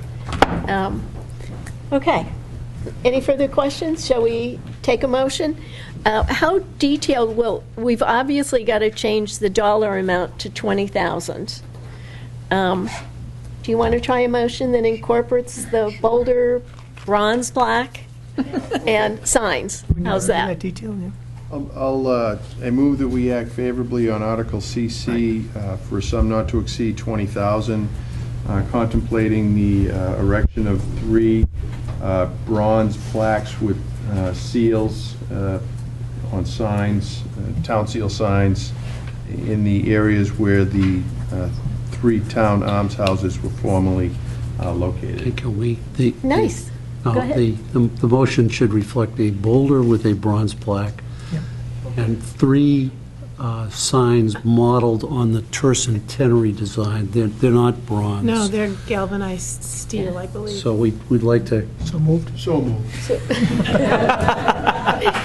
Okay, now the request will be, would you all make sure Sharon... We got it on tape, we're okay. Okay. I'll second that so moved motion. Nice. Any further discussion? All in favor? Aye. Any opposed? Excellent. Thank you all so much. And I know Lucy's drafting an excellent comment. Thank you all. Okay. The wetlands protection, HH. And who is here for that one? Betty, did we get a hold of someone from Conscom on that? Scott McIsaac was supposed to be here for that. Pardon me? Mr. McIsaac was supposed to be here. Is that coming, is that now also going to Wednesday? Well, it might, because I don't see anybody here. Okay. Are you here for the wetlands? Article, the wetlands article for Conscom? No, I didn't know where to go. I Okay. think I would recommend you postpone that. Abby had said he was coming. Something must have come up. Let's go to II, use of agricultural land. Is someone? Be the representative on that one as well. Excellent. Okay. But I do see back here. So we're going to put off Brenda? article, the agricultural HH and II. Looks like we're going to have a full agenda Wednesday and Thursday. And Ted, I really do want you to do your debt management presentation. Either day. Brenda, I guess it's up to you on the plastic bags. John, come and join us. You were here for some reason. Wetlands, plastic bags. Wetlands, plastic bags. That's where they wind up. I couldn't work out the wetlands one. I think we're all suffering with sore throats, so. I'm John Stringer. I'm from the Long Range Waste Disposal and Recycling Committee, and we're just to make a small presentation on why Hingham should adopt the single-use plastic bag ban and discourage use of paper bags in stores in town. We all know there's a problem with bags, and especially in coastal communities. Plastic bags end up in the water. They can be mistaken for food by animals who actually ingest them or become entangled in them. Plastic bags fragment into microplastics. They don't biodegrade. And the fragmentation takes up to 20 years at the best of times. And then, of course, if they eat them, it's passed on the food chain to ourselves. They pollute the land, and they're very aerodynamic, and they end up being blown around, and we see them in trees around town and wherever. When they're disposed of in trash, our plastic bags are transferred to the CMAS waste energy incinerator. Burning plastic releases toxins as well. While grocery stores are required to offer recycling for plastic bags, the recycling rate is very low. Based on the EPA 2012 study, bag sacks and wraps have a recovery rate of 11.5%. Most of the studies that I've read, it's half of that, 5% at most. And if you think about an average family in America uses 1,500 plastic bags a year, that makes you the thought about what we're doing with these single-use disposable items. And not only do we use 1,500 bags a year as a family, we use each bag for an average of 12 to 15 minutes each. So the problem with paper bags is that although the recycling rate for paper bags is significantly higher than plastic, the production of paper bags actually gives a bigger carbon footprint. It doesn't end up with the same pollution problems, so therefore you have to balance those two issues out. The solution is to use reusable bags, and despite educational efforts, the voluntary use of reusable bags has not become widespread. To address this, we propose that a bylaw would ban single-use plastic checkout bags and discourage the use of paper. The bylaw, to be voted on town meeting, would ban the provision of single-use checkout bags to customers as of April 1st, 2016, for larger retail establishments, and from April 1st, 2017, for smaller retail establishments. And we've used a square footage as an indication, which was also used by Brookline, and that's 2,500 square feet. So anything under 2,500 square feet would have 2 years to fit in. The warrant article, proposed article, was brought to us by a citizen of the town, and for us to, we had two choices: one, to adopt it and support it, or not to support it and let it go forward as a citizen's proposal. And we felt that we should be in a position of supporting it, and that would also give us a possibility to influence what was in the warrant article and make it what we believe is a better proposal, a more rounded proposal. However, that's meant that to meet the dates to get it submitted and approved through the process, that we don't really have time. We didn't have time for consultation with the local businesses or even a town forum for people. And since we've had it submitted to be included in the warrant article, one of the problems is no one downtown really wants to talk about anything else but snow removal. There are exceptions to the ban. And those would be laundry, dry cleaning bags, newspaper bags, bags in restaurants to take away prepared food, non-checkout bags used by customers inside the establishment to contain produce, raw meat, frozen foods, or flowers or plants to contain moisture. Retail establishments can provide a recyclable paper bag, as we said, as an alternative, but if they choose to do that, they will be required to charge the customer 10 cents a bag, which the retail establishment retains. And what we've done with the 2 dates of putting the 2 dates out long time is to give it an effective time, a lead-in for the smaller businesses within town to have their say, and if we need to review it at a future time meeting before it becomes imposed on them. The Board of Health would be its designated agent, because that's normally who does it within any town that has, but certainly within Brookline.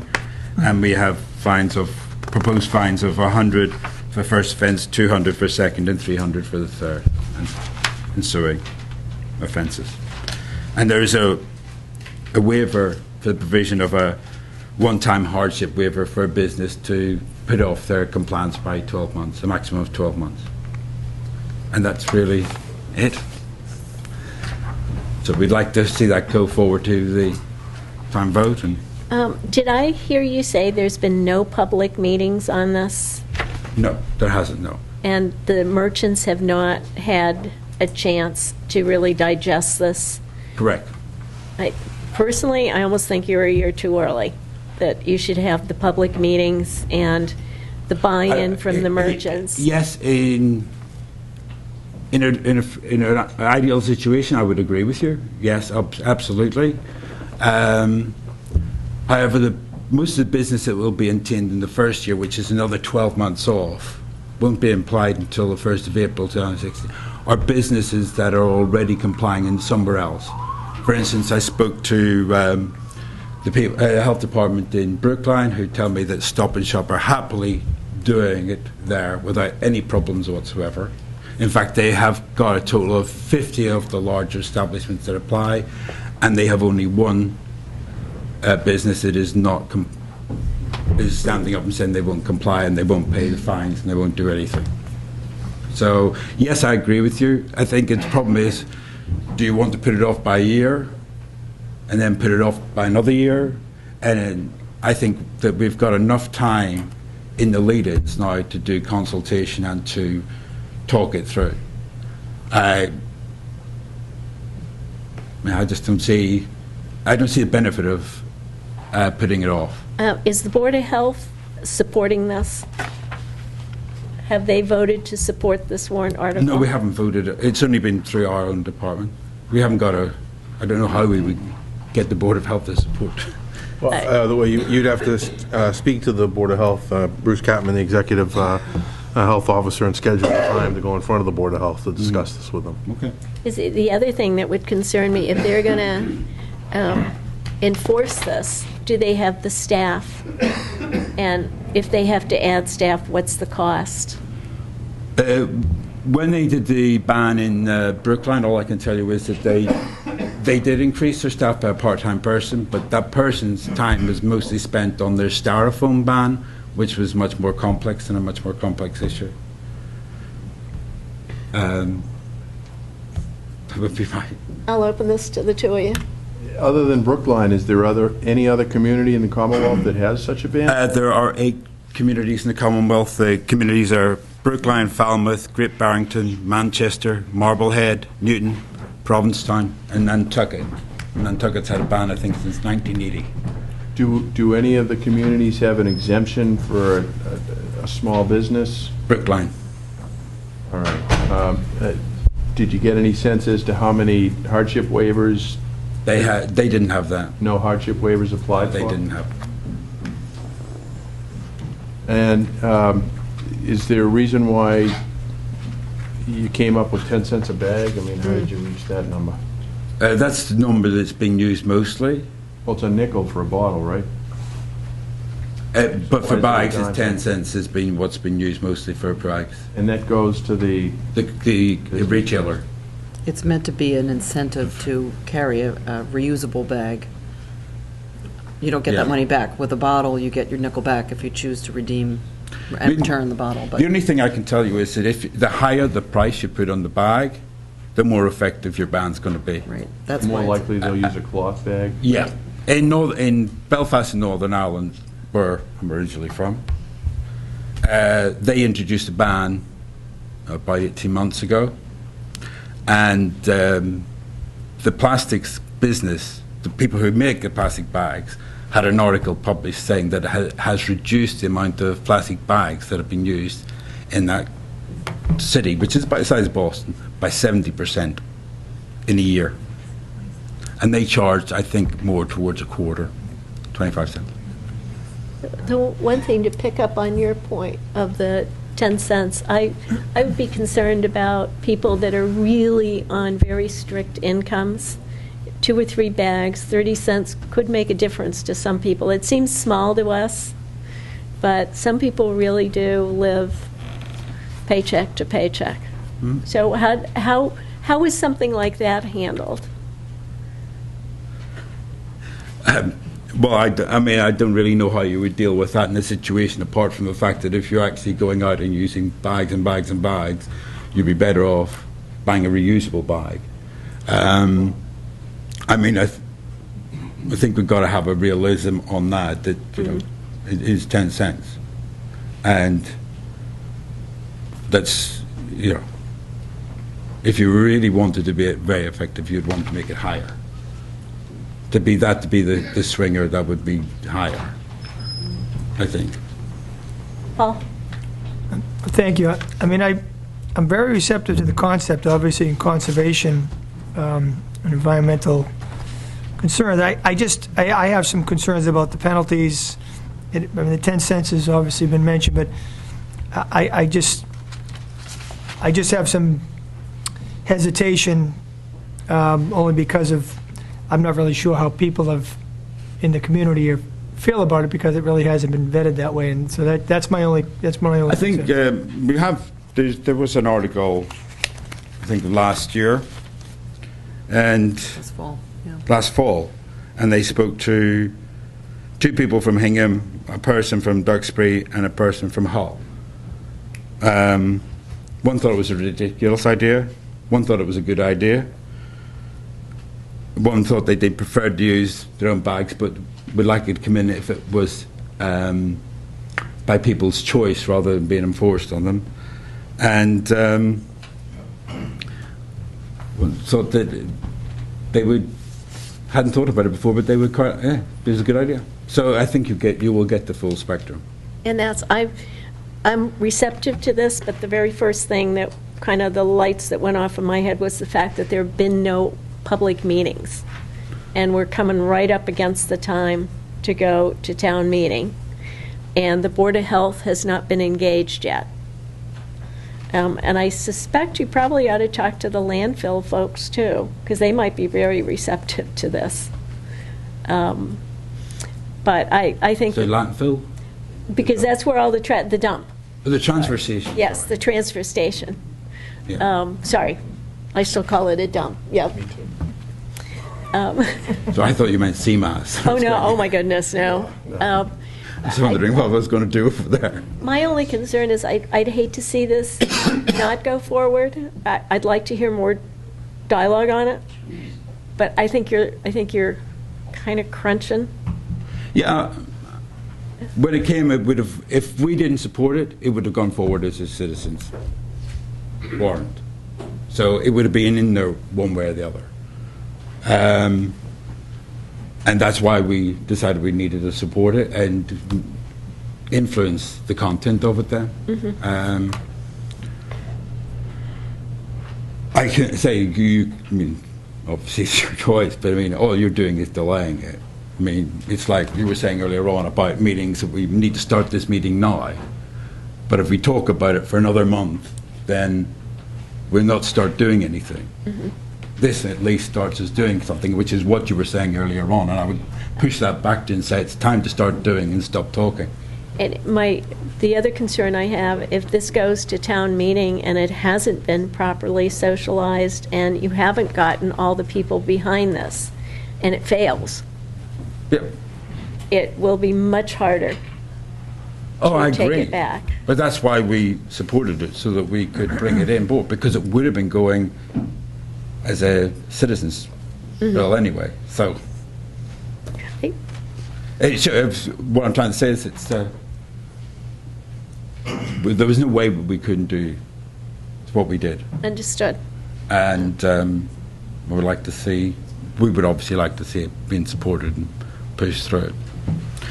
Thoughts? That it's us down to us to do question Your answer. proposal evokes a memory. I was in Africa a few years ago, and we were traveling in a remote area and stopped into this place for a beer, and I just remember all these plastic bags just everywhere, just blowing and in the trees, and that's all you heard. And I'm like, who's going to pick this stuff up? And nobody's going to pick it up. Absolutely. It is pollution, there's no question about it. I do share Ms. Lauder's comments, though. I mean, I think your concept is a good one. The 10 cents a bag is a little on the steep side. We use the cloth reusable bags at our house, but every now and then I forget them and I grab a paper bag. Don't we all? Yeah. Yeah, I mean, I'm no different from anybody else in that. We all do that. But I mean, that's the only thing that But I just think will make you remember. If you can have that on the checklist, yeah, we talked to we put it out there to the businesses and, told them what was happening, and they had an adequate opportunity to respond. It would be more persuasive to sell a town meeting. Well, the plan is to do that between now and town meeting, to meet with the Hingham Downtown Association, to talk to the Board of Health, possibly Derby to have, Shop, Shipyard, Yep. Lincoln to Plaza, have some sort of, 53 corridor, Center. Yeah, I think Yeah. Yeah. what you might want to consider is that activity usually takes place October, November, December, before the warrant article's drafted, or certainly during the immediate It was only time brought during to us that. in December. I understand. Yeah. And you were kind of in that forced Yeah. situation. The last thing you want is any group of merchants to stand up and say, we really can't afford to do this and we don't want it. So, Well, they might. Well, they might, but I mean, Right. You've at least done it, and you can have that discussion, and you get by the procedural, hey, I wasn't given notice claim. yeah, I mean, and the aspect of that would be that for the businesses that really would be come up with that issue, not just your Stop and Shops or your big businesses that are already complying in other towns in the Commonwealth and elsewhere in the US, is I would think your that they've- focus is on the big businesses, though. Pardon? I would think your focus is on the big Absolutely. businesses that generate a lot of paper and plastic. Of course. That's 80% of the problem. Maybe 20% of the businesses, but 80% of the problem. But yes. and most of those businesses are operating in other towns, a store like Kohl's is located, actually, I don't know if there are Kohl's They're in in any of these Brooklyn. towns. Yeah, there's a Kohl's in There's a Brookline, so. Brooklyn. Yeah. Stop and Shop, of course, many of these businesses already are complying with a ban elsewhere. It would So just it's not, the issue is not getting the stores to comply, it's getting citizens to, What they find in Brooklyn is that they've got more citizens phoning up and saying that stores that doesn't apply to are still giving out plastic bags. But what we were trying to say is that the smaller stores, it wouldn't apply until April 1st, 2017. So they've got 2 years, and they've also got a year in which they can influence a change in the article if it's approved anyway. I guess my other, I'm sorry, are you done? My other concern would be, I'd like to see this thing split, because I think the plastic bags, you might have more buy-in. I think there'll be a problem with the paper bags. So if you could consider cutting this in half and doing the plastic bags first, and getting people used to that. Yeah, my understanding is that, of the process, is that I can't change the article now. Right, but you could consider recommending a change. The recommended motion will come out of the advisory committee. And that motion can be, different from the article within certain constraints. Okay. So if they wanted to recommend less than the total that you offered, they could do that. Yeah. I'm open to that. No, that's a good suggestion. But we're seeing the advisory committee on Okay. the 3rd. Jim, I'll take you second. Kirk, you first. Great. Identify yourself, Yeah. please. Kirk Schultz, 65 Prospect Street. And the first thing I'd like to say is that past president of the Weir River Watershed Association, the plastic ban is essential. Those towns that we heard, all of those towns have enacted the plastic bag ban. What's unique about this particular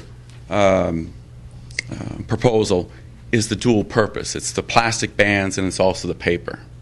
So let me switch a little bit. I'm here now representing the Board of Health for the town of Hingham as a member of the Board of Health. And one of the things that I think that the board may want to consider is something that I've done on the state board that I was at. Whenever a proposal comes before us, there is an associated document that explains what does this cost the businesses that are going to be affected by it, and then also what is it going to cost the agency that has to implement it and enforce it. And I can tell you that for the past 4 years, we've been implementing and enforcing a recycling component to our dumpster and recycling regulations. And it's opened our eyes as far as the fact that we have 733 businesses in Hingham. We never knew that. We spent over $1,000 in postage just writing to companies for non-compliance. Our public health agent, she spends 1/4 of her time on the recycling component of that particular regulation, in addition to everything else she does. And that is paid for by a grant which expires in June. And so one of the things that we're going to come before you in the fall is to ask for additional funding for the health department just to pay for those things that we're doing now. And the recycling is the primary one. Having said that, we've had a chance to speak with the representative of the Long Range Waste and Disposal Committee, who came in before the Board of Health a couple of months ago and mentioned this was something they were thinking about. And our thoughts were yours. What about bifurcating this particular proposal? Because the plastic bag ban is a lot easier to enforce than the paper bag that has a font size, that has a post-recyclable 40% component to it. There's a lot to the paper component, which is very, very complex. And in the proposals that we saw across the country, this is mirrored on Santa Barbara, Dallas, Texas, Washington, D.C. The 10 cents doesn't go back to the companies that they can spend whatever they want. The 10 cents goes into promoting the program through education, and so they are mandated on how they can spend that money, 10 cents or 5 cents, whatever it is, towards improving the application and the functioning of the particular ban on the paper bags. It doesn't go to the government, though. It doesn't go to, well, it can go to the enforcement agency, but typically it's an educational component. And they can apply that to the permit that they have for the bags and the bans. I don't think that's not written in the bylaw, so we're not going to be doing that. And so from the Board of Health perspective, our concern is the cost of enforcing this. And so we would just like to, again, bring up the fact that one of the best ways of handling this for any bylaw proposal is what is the impact on businesses and what is the impact on town government on operating this. Thank you. Thank you, Kirk. Jim?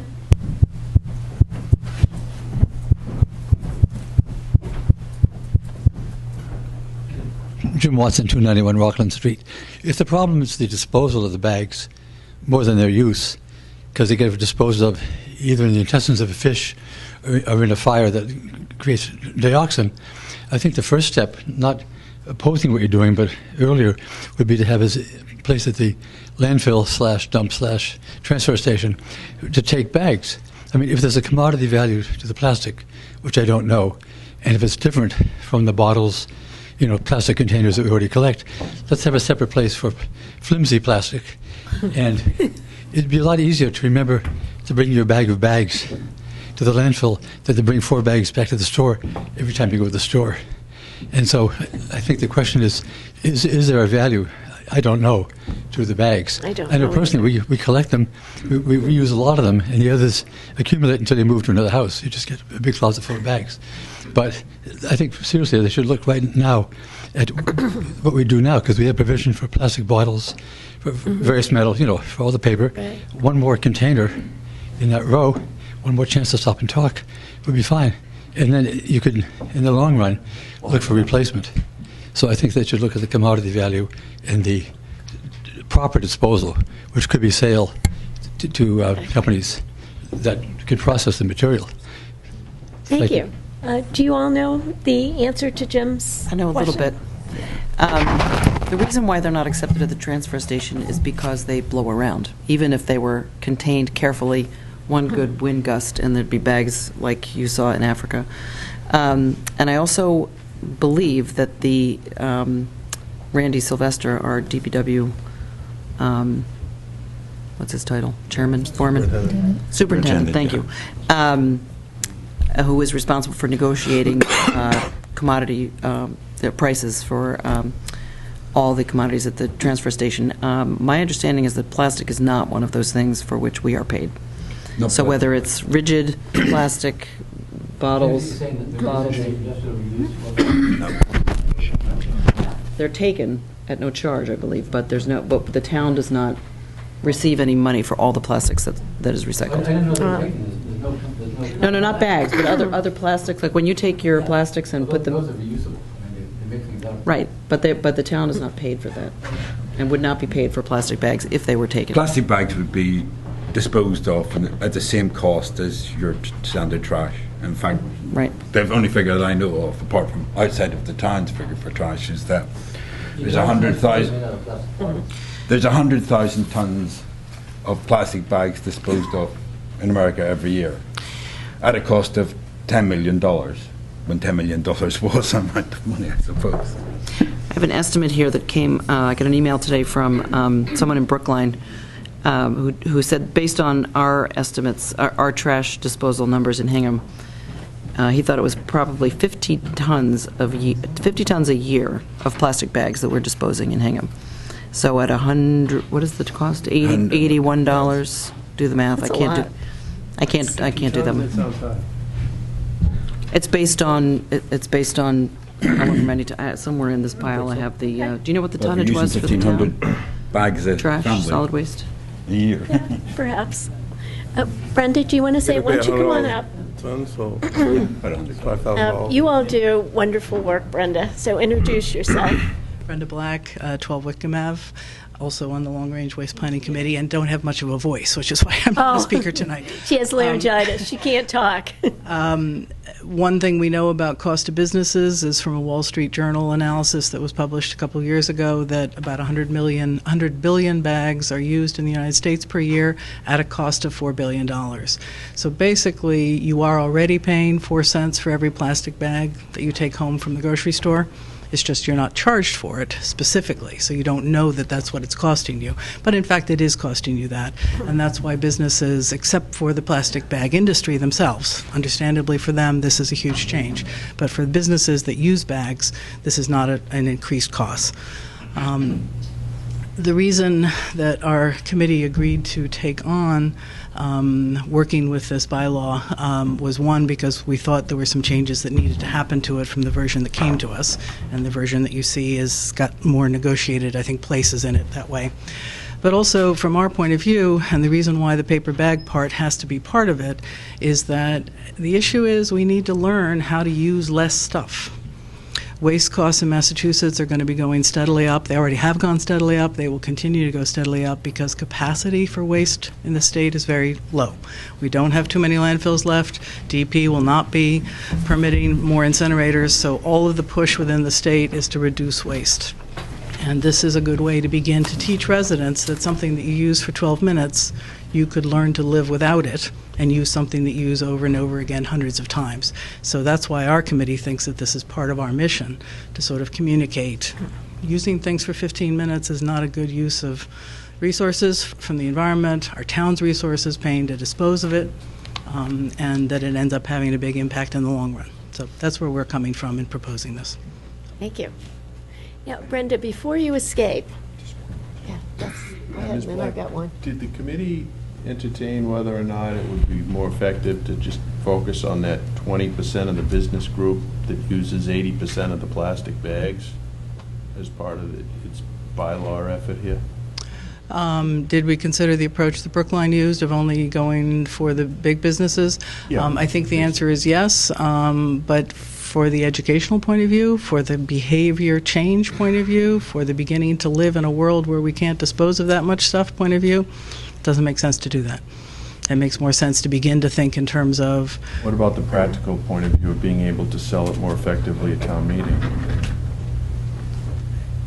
again, I think the reasons for it are compelling in their own way. I don't think impact on businesses is as big as, I mean, again, this is the myth that's out there about plastic bag bans. There are lots of articles about it, and then each time they get studied, there's not support for that.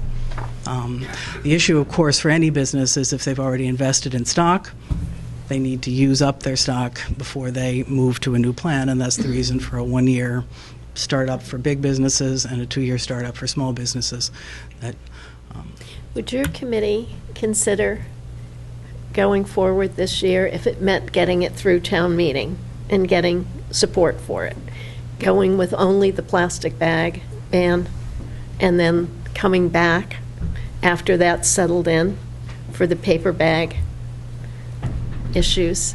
Can't speak for the committee. I know that it cuts into the primary message that we believe is ours to communicate, which is single-use things are a big problem for us as residents of Massachusetts, for us as residents of this town. It's going to cost us a lot of money if we keep that behavior pattern going, and it doesn't make sense to do that. So to get rid of one thing but say it's fine to continue to use single-use paper bags, that really doesn't communicate the message that we believe is ours to communicate. Any comments or questions from the audience? John, and then we'll do Carol. It seems to me in my history living, we've gone from paper bags, that worked out fine, I guess, now to plastic bags. Well, this is great. Now this is no good. Now what's the alternative? Now we have a carry-on bag like this lady has here. The only problem with that bag, if you want to hold it up, is the fact you can't clean it. Okay? It's washable. Well, okay, maybe that one is, but the fact remains, if there was a zipper on the side of it, where you could put it in a wash machine and everything would just drain out, would be better. Some of these bags you have a bottom, and it's a sturdy bottom, and you can't get them clean. That's a problem. They get dirty, so people don't want that. They want something they could probably throw in a wash machine, and somebody can invent something like that or better, that they can throw in a wash machine and reuse all the time. That might be a sell. And years ago, we used to sell, the Boy Scouts and people used to come around and sell light bulbs. So maybe that's something somebody can make a business doing, going around, door to door, whatever, and selling bags, okay, for a profit or whatever, okay? Thank you. Thank you, John. Carol, do you want to come up?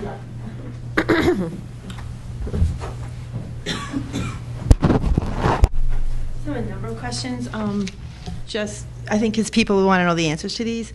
First of all, like, where would people buy the bags? Like, because it's like a process. How would that be worked in? And also, what does the non-checkout bag mean? Like, can you use plastic for like meat? Because I know it's really important to keep meat separated. Yes. So the non-checkout means you could use plastic bags for like meat or something like that. Yeah. Or if do you ever shop at Whole Foods, the bulk aisle at Whole Foods? It's that sort of thing. Like if you were to buy Whole Foods, or if you put your broccoli in a bag in the I don't know. produce. At the street center. Okay. Anywhere, any grocery store. Plastic bags you can use for Yeah. that? Right. It's a bag that is used within the store to then carry it to the checkout. I don't know what you're talking about. But that's So if you buy, Talking if you about the buy, plastic bags that are on the rolls in front of the produce section. It's a non-checkout bag. 'Cause you don't check out with that bag. You take it, you fill something up, you bring it, and they put it in another bag. Okay. Really thin. I know what you mean. Yeah, I go to Trader Joe's, but okay. And then, like, what about things like if people forget the bags? I mean, it's just a regular education process. But if people go to the store and they forget their bags, what are they supposed to use? Buy plastic ones for 10 cents? no, they'll buy a paper one or they'll get a paper bag and they'll be charged 10 cents, and then next time they'll say, "Ooh, I'm going to remember my bags." Okay. And then another thing, I'm just wondering, because a lot of people do reuse the plastic bags, like for rubbish. So, what about people? Like, I know a lot of people that do that. So then that just means they're going to out and buy plastic bags to put rubbish in. I'm just wondering how that would be kind of balanced off. Well, I know in my house, I mostly use reusable bags, so I don't line my. For trash. I know. So I don't have those bags. So I have I have a plastic under my sink, and I just empty it into. Like for household trash, people don't use bags. I mean, I think most people use bags, but maybe not. Okay, whatever. Just a question. Thank you, Carol. This was complex because it certainly has merit, but I think all three of us are in agreement that you really do need to socialize it and get out to people, and you may not have enough time. Plus, you need the Board of Health buy-in. And to Kirk's point, which was a very good one, the money side of both. Yeah, I mean, I think that would be a very good idea, as long as that's maintained for all warrant articles that come up, I agree. And if then there's a process, from the business that I was in before, you would have a procedure, a documented procedure for how to produce it and where to get the information from it. And then you could put the added cost to the health department against the savings from the transfer station and the waste disposal. And then, yes, you would be able to make a proper business estimate against it. A question for Eric and Lucy. Who has this article in advisory? Mr. Piles? Okay. When are you? Probably watching on TV. Hi, Jim. Yes, Jim said he was going to watch. When will you hear it the first time? Because there's still so many questions that... Tuesday night, I believe. At the moment, we're on for Tuesday night, Okay. but Jim said to me that he thought it might be after that because they've had a couple of cancelled meetings. I think that's fair, isn't it? Should we... Let's just defer. Or should we pass it on to advisory? Because they do the recommended motion. I think we've raised the issues. Please watch what we've said. Yes. Jim, are you taking notes? Why don't we go ahead and... Volume turned up. Yeah, he's going, Mary, can I have somebody else take this one? No, let's go, why don't we go ahead and pass it to advisory? Because they'll have to start taking a much more critical look at it. Okay. And maybe we could identify the issues that we have. Yeah. I think we're all in agreement that you haven't had your public meetings, the socialization of this. The Board of Health has not heard it and bought into it. Yeah, I so don't think we need to buy into it. If we're instructed, we will do whatever we're told. you also mentioned maybe splitting the... Can you sign that, please? Yeah. Oh, we got it on tape. Never mind. Got it on tape now. And Kirk, the next thing he's going to say is you don't need any new people. Don't sign. Yeah. Economic impact component. Okay, and Yeah. we've identified the need for an economic impact. I think that this. are you going to apply it to just this one warrant article or all warrant articles? Oh, most warrant articles come with... They do? some- Yeah. Okay. And if we don't get it here, advisory doesn't let them out of the building without economic impacts. And then the third is consideration to split this and do only the plastic bags. Okay. And not the whole. And I understand Brenda's, in a perfect world, Brenda, I think that would be ideal. But you're up against a time clock. So just consideration of that. Did I miss anything? No, it sounds reasonable, no. I Okay. think these questions will all come out at the town meeting floor, so it's better to address them beforehand. Yeah. You want to make a motion? To move it to Well, advisory. actually, it's actually at advisory, I mean, they get the articles the same time you guys get them. Okay. So they have it right now. They're waiting for your recommendation. They won't vote until you get a recommendation. I don't think you need to take a vote if you're not ready to vote tonight. If you're ready to vote, then vote. Then do you want to wait on, Until it comes back from advisory? no, do you want to wait till Wednesday on this one to vote? Because I'm not sure how we vote. I like the concept. Yeah, I do too. I think that It is, just curiosity point of information, is it a vote to support, vote to be neutral, or a vote to not support?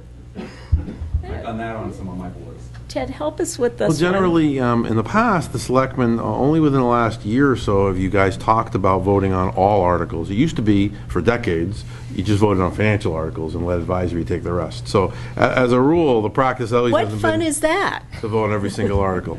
And so, you have a lot of flexibility. You can vote on the article, you can not vote on the article. I'm not sure, what was the middle option? Neutral position. And I usually have never taken a neutral position. I'm not sure what effect I that don't would think have. this board I mean, knows the purpose word is- neutral. You're going to town meeting, and so what do you want to tell the folks at town meeting? What's the position of the Board of Selectmen? That's the purpose of your vote. So if you're not ready to vote, then I would certainly say not to vote.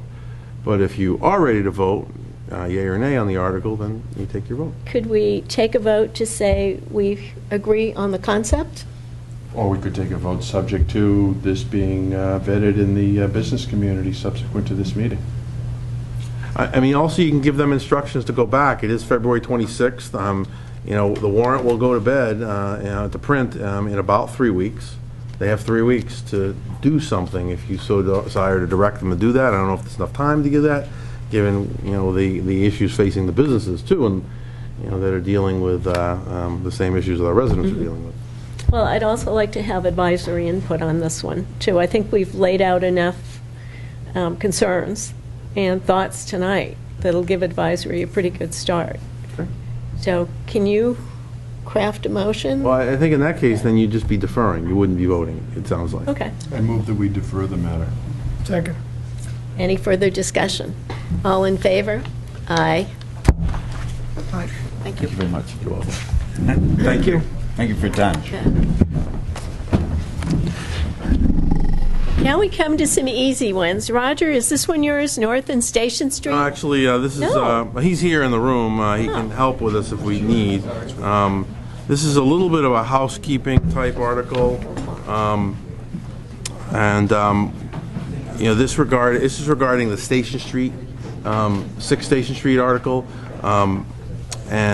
We need to make some corrections into the way the portion of North Street was laid out, the way the portion of South Street was laid out. We've since installed a transformer pursuant to a light plant town project in that area that impacted this area. I have met with the business owner who is proposing the development there, and negotiated with him an agreement to, if you remember, 8 years ago we had an agreement to sell the land that we were discontinuing for the tune of $50,000. I think that was at the 09 town meeting. It was a group of development. My understanding is the group is split and there's just one developer left.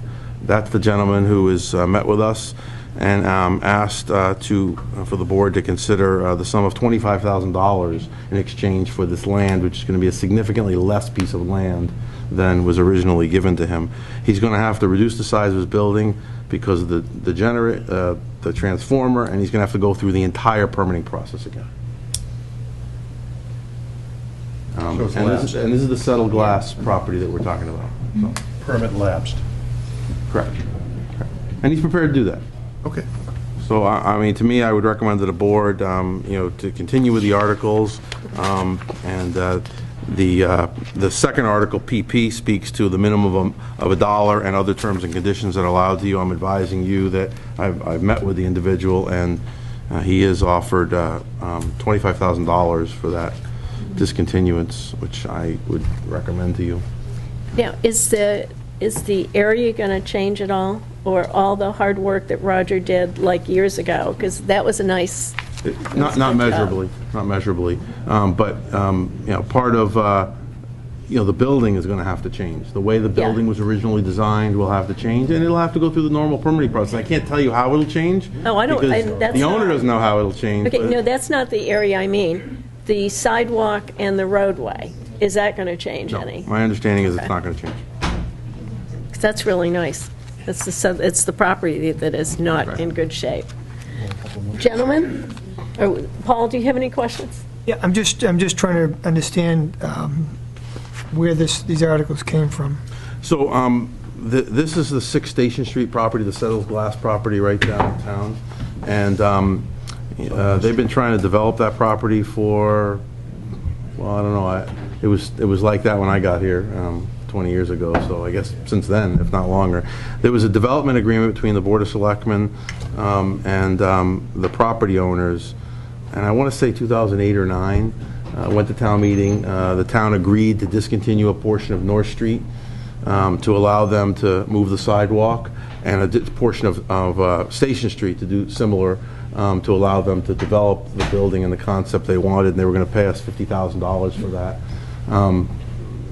The economy had a hiccup, and they never came back to the table to finish that transaction. it's a position of real estate counsel that they can't finish that transaction without going through some of these other steps. And then we also identified in that process that certain parts of North Street were discontinued that weren't consistent with what we think the maps are on North Street. So we had Merrill Associates redraw the maps to make sure the lines were correct and make the correct adjustments, and also account for the fact that we have a transformer on the property that is on our land, but does affect the property owner because of setback requirements. Is this, at least in part or completely, something the board's already addressed several years ago, it just never happened? Correct. Okay. I mean, I think the nuts and bolts of it are that the town agreed to sell a portion of discontinued land for $50,000 for this development to go forward. And now, 8 years later, I'm going to recommend to you that that number be $25,000, and that the building will be smaller and it'll have to still go through the permitting process. One other point, the original agreement called for the plans to come back to the Board of Selectmen, and I would recommend to you that since the planning process has to start all over again from scratch, that's not necessary, and it simply go to the planning board. I think that was part of the reason there. And that would separate you from another board's jurisdiction, because you saw how fun it is when you do the sewer stuff. It is fun to do the sewer stuff. With the new board? Are you kidding? Okay. Motion time? I think so. What do you think? Okay. I move that we act favorably on Articles 00 and PP. Second. Any further discussion? All in Change the favor? numbering, so I should Aye. say. Any opposed? Excellent. I just heard that. Thank you very much. Sewer appropriation. Gentlemen.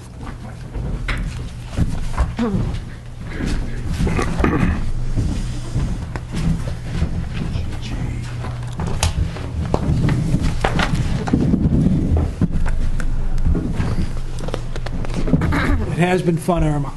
I think so. With you two? There was an I opportunity for thoroughly- this to have been some more of a permanent arrangement, but... That's okay.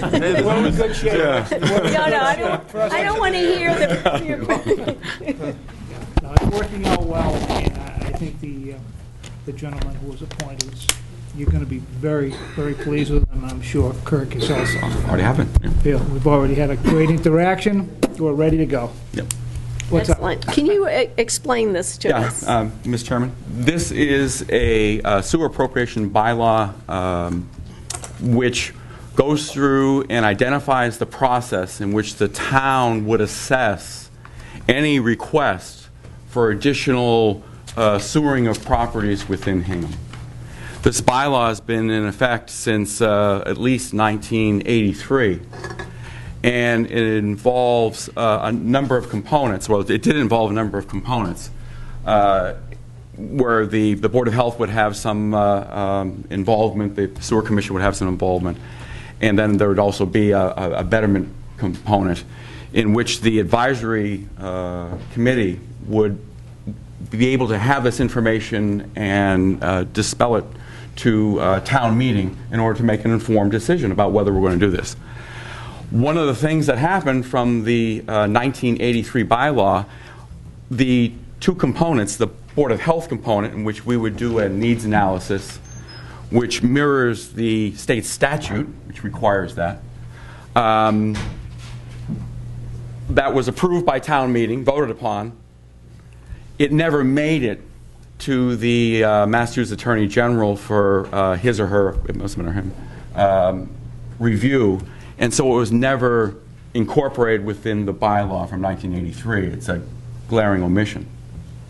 In addition to that, the Sewer Commission, they have a component under state statute, and their involvement with the bylaw is not there at all. And so what this sewer appropriation bylaw amendment is to correct something that has been incorrect, missing since 1983.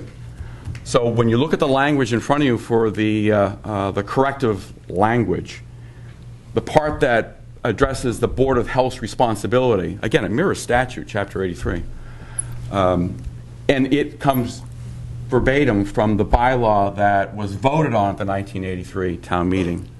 We used that same language and looked at the statute that identifies what the sewer commission's responsibility is for sewer projects and added that. That's something new that wasn't there in 1983, but probably the most glaring omission there was to the bylaw. Sewer commission, their involvement.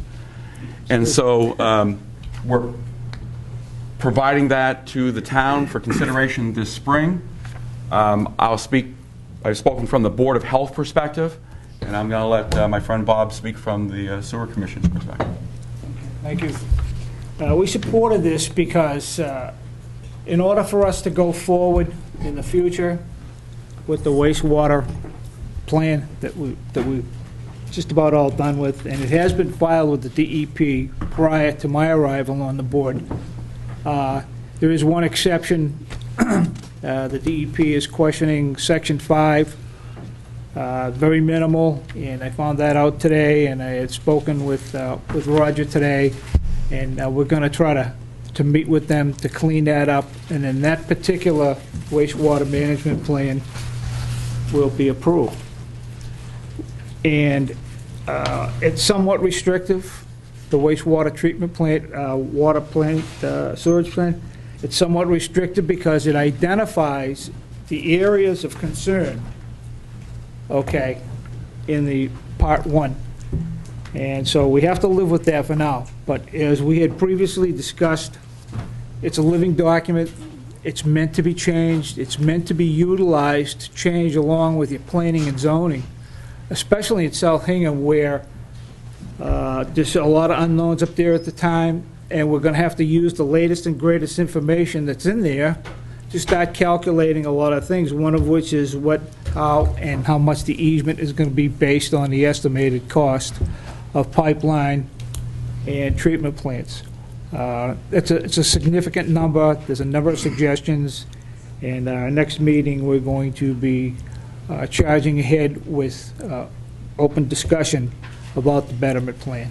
And we hope to have some kind of a number within a month or so, because we have to get it out into the public interest, has to be vetted, and I think we're doing okay. But either way we go, if we don't get this in there, okay, we can't go forward on anything, not just South Hingham on it. We can't go forward on anything. Normally, the Board of Health declares an area that needs to be sewered.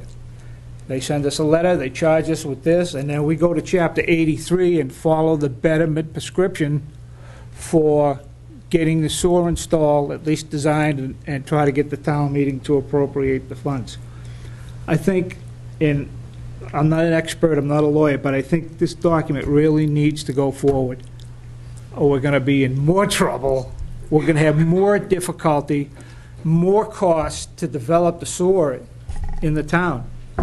And so hopefully within a year or two, we're going to change that.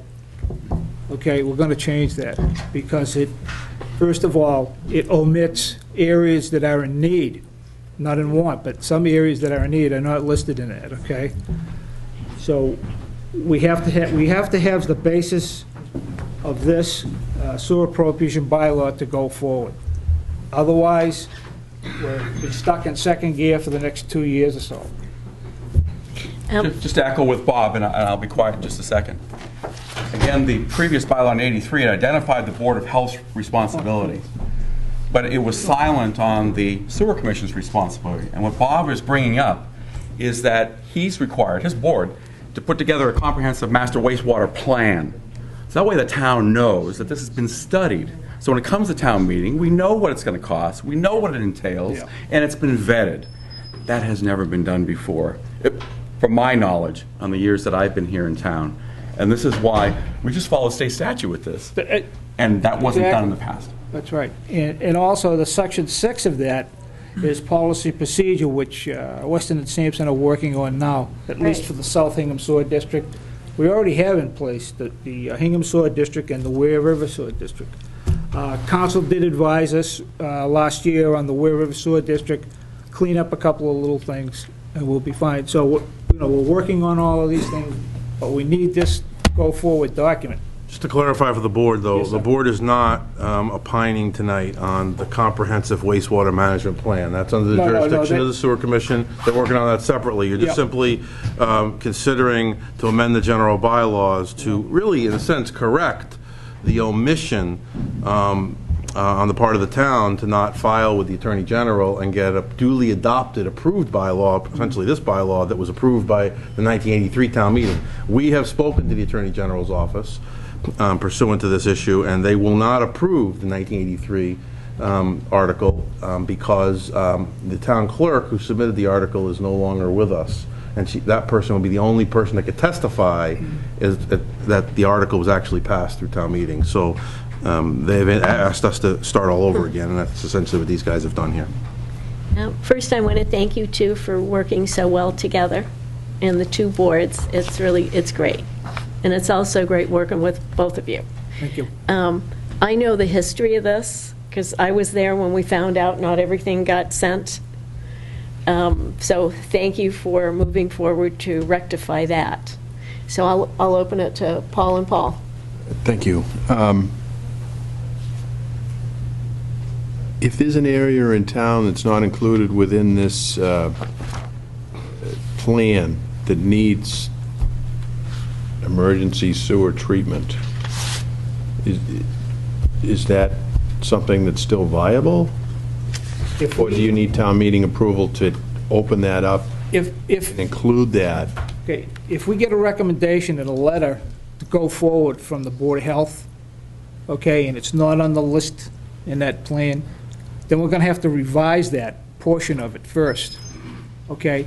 There are other issues connected with the go forward from the Board of Health. Are they in a sewer district, yes or no? Can we amend our sewer district with the MWRA or have an intermunicipal agreement with someone else or go forward with that way? Those are all the things that we're really going to have to take a look at, but the emphasis has to come from the Board of Health, and there's a way to do everything, trust me. We'll get it done. No, we'll get it done. Whatever needs to be done in a need, Paul, we'll make every single effort to get it done, trust me. The concept of emergency is of interest. Emergency. Because what this process entails is a thoughtful step-by-step where the Board of Health identifies that there is an immediate need. Now, what they're going to do is they're going to get a wastewater management plan submitted, and they can amend it at any time through public hearing here in Hingham and then submission to DEP. So there is a very rapid process if we have a emergency.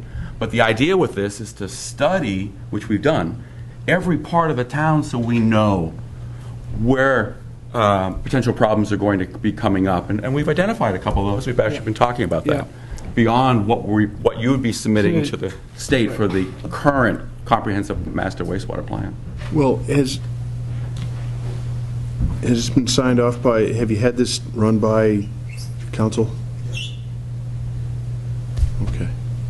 So we're all set there. Paul? Just briefly, thank you for speaking on the article, and it's fortunately and unfortunately, I was also privy to the information early on in my tenure here on the board when residents downtown thought there was an extra step in the process that might have benefited them, and because of, happenstance in 1983, unexplained to a certain extent, we didn't have this added protection. So I think this is a good thing for people in town and the town itself. So thank you for. We need it, guys. We need it. Yep, I understand. So I'll take a motion. Okay.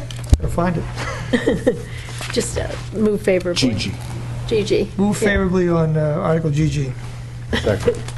Any further discussion? All in favor? Aye. Any opposed? Thank you, gentlemen. Thank you. Very Thank you, much. guys. Yep, thank you. Come back soon. We will. Our last warrant article, where'd Tom Carey go?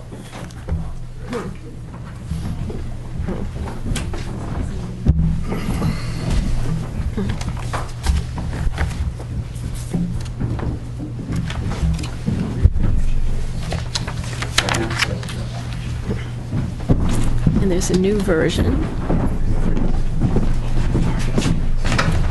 Mr. Carey, join us. Thank you. Thank you for the new version. You're welcome. I am the entire representation for the committee. You may recall that when they were last here, I was absent. And So now you're paying for everybody it? said, your turn. I'm Tom Carey, 1131 Main Street. My apologies for stepping out, but some of the members of the board will appreciate that I have a brief due in the appeals court tomorrow, NFE, no further enlargements. So, TikTok. A definite deadline. Why don't you take us through the changes that you made, because I'm very grateful for the changes that you made. I think it enhances this, and okay, broadly speaking, we did a couple of things. Number one, we simplified the draftsmanship. The first cut involved an amendment to both Article 4 and Article 5, and we concluded that there wasn't any need to tinker with Article 4 in order to achieve what we were trying to do, which actually was simply to say that the selectmen in their annual report, which you've been doing for years, but it's not mentioned in 4, should state what they've done in terms of the delegation of authority. That simplifies it so that everything's in one article, and it's the article that deals currently with selectmen and town administrator. Secondly, we cleaned up some drafting language, including a number of drafting points that were raised by one of the advisory committee members who serves with me on the Board of Editors of the Massachusetts Law Review and is a wonderful proofreader. And we thank him for that. And for others who caught those sorts of glitches. We took out a sentence in the section that dealt with the appointment of the police chief and the fire chief. There had been a sentence left over from an earlier draft that said that the selectmen shall not appoint anyone not recommended by the town administrator. That's been deleted. It was deleted because it's inconsistent with where we ended up, which is quite simply that the traditional concept of the selectmen are the chief executive officers and all authority is delegated to the town administrator. And as we had ended up writing that section, it was quite clear that it was the selectman's appointment, and the role of the town administrator was to do the screening process and all of the stuff getting ready to then submit names to you. We've kept that he will do the screening, present names. If you don't like any of the names on the first presentation, he goes back to the drawing board and presents more. And presumably at some point you will get someone you like. But the sort of suggestion in that one sentence went further than we had intended in terms of restricting the power of the board. The others, there were just clarifications in a couple of points. There was a provision with regard to reports about contracts that were signed. There was a debate about should that be, what should the timing be? That seemed to us a little too much detailed. We added the word promptly to make it clear that this isn't supposed to be a semi-annual or an annual, this is what I signed over the past year. Other than that, it is fundamentally a bylaw that is what was presented to you the first time around. It is because it's a local bylaw. It is modeled after the state law dealing with the relationship between selectmen and town administrator. And that is quite clearly under state law, that the selectmen are the executive officers of the town, and it is up to them to determine what powers of theirs are going to be delegated down to the town administrator. And so the bylaw is written that way. The recommendation and our report remains the same as when the rest of the committee made the presentation, because this is essentially a codification of the practices that have existed in the town for the last 25 years, and practices that are generally considered to be best practices among towns that operate this way.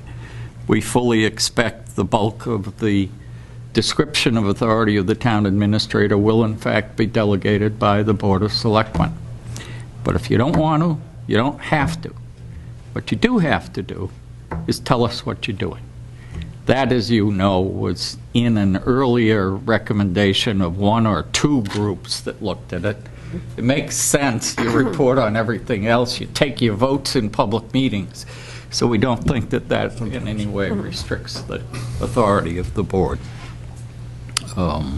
Other than that, I'm happy to take any questions you may have. I think I like this version much better. I do. I think the committee's done a great job.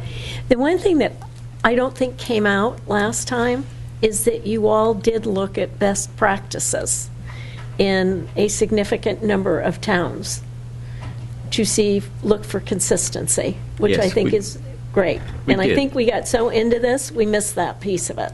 Well, the emphasis was in the presentation. One of the points that Nelson emphasized, rightfully so, I think, was that this is a codification of practices that have existed. This isn't some novel way of doing things that we've never done in Hingham before. But the second half of it was there.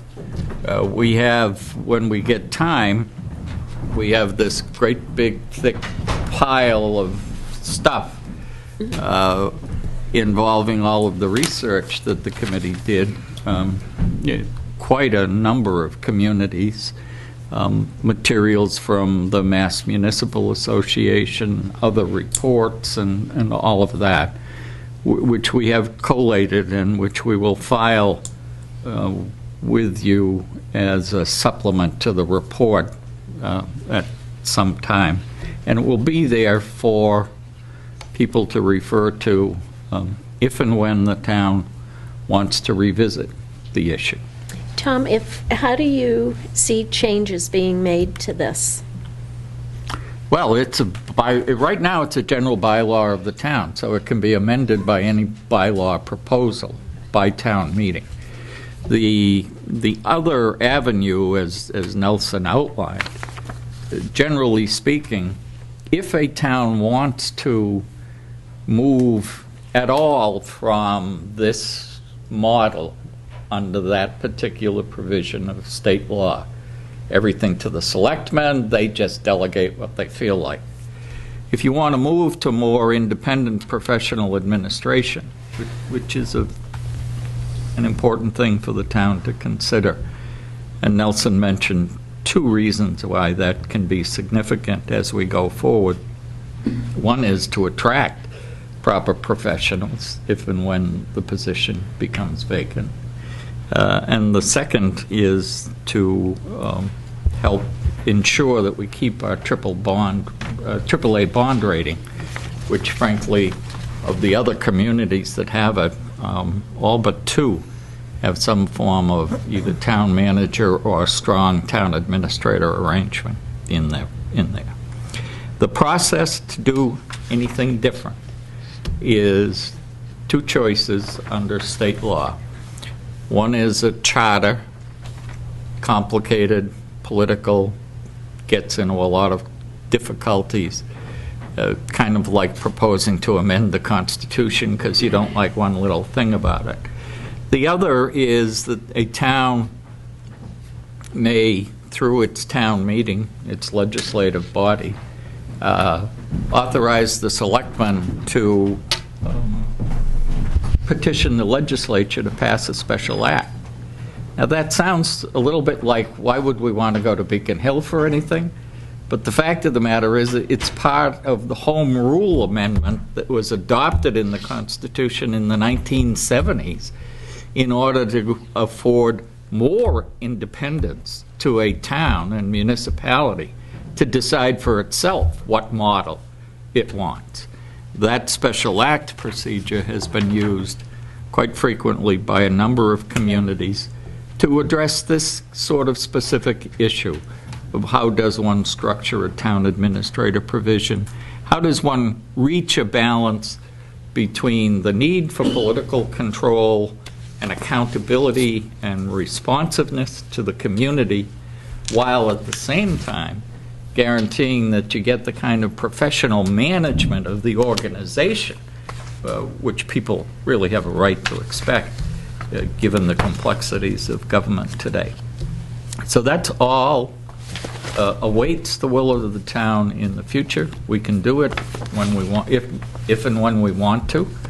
It's outside the scope of this bylaw. What this bylaw does, which is completely within our authority locally, is we're just amending our own local bylaw. And as long as we're consistent with state law, meaning as long as it follows that particular statute that allocates authority between selectmen and town administrator, and sets up a structure in which the selectmen are the chief executive officers, and they then delegate different aspects of authority to the town administrator. As long as we're within that, we can do it through a local bylaw. I've had conversations with the powers that be at the state level about what you have to do to stay within that, and I'm quite comfortable with the thought that this bylaw will pass that muster, because it is very consistent with the traditional idea. Again, it's all up to the board, and the board is free to explain to the community what it has delegated on this list and what, if that's the case, it chose not to delegate. As I say, we left out a lot of the things that one sees in a town manager kind of a municipal bylaw, which is very strong, independent, makes decisions irrespective of whatever the selectmen might want. That format is not in this bylaw. It would be available if people wanted it at another time. What we do have is a list of the kinds of responsibilities and authority that we have in Hingham traditionally delegated, and that the best practices of communities, well-run communities with similar provisions, have tended to delegate. But in the end, it's all up to the board and the community how this works. I would add that there was a reference to the fact that some of the earlier occasions when this was written down in the town occurred in a selectman's code of conduct that had been adopted and then disadopted, and then, well, we'll think about it, we want to tinker with it over the years. This bylaw doesn't say anything about what the code of conduct of the selectmen is. This is talking about the authority, the kinds of things, and how a well-run town should deal with that. I know that you've been discussing among yourselves, and I think, frankly, it's a very good idea for a Board of Selectmen to have a code that they're comfortable with, that lets people sort of know how they plan to operate. But we're not trying to dictate that. I think you've done a great job. Let me open it up. Paul? I can't thank you enough, Tom, for your work here. Really appreciate it. You're welcome. Thank you very much. Thank you, Tom. I wasn't able to review all of it. I let my colleagues know that, so I would like to peek at it just for a little longer. But just a couple of quick questions. Yep. being new on the board, reading some of the language and maybe having questions, and always mindful of being respectful of everybody on the board, including the town administrator. I saw some language in there that mentioned about not being able to have a position outside of town of employment or business.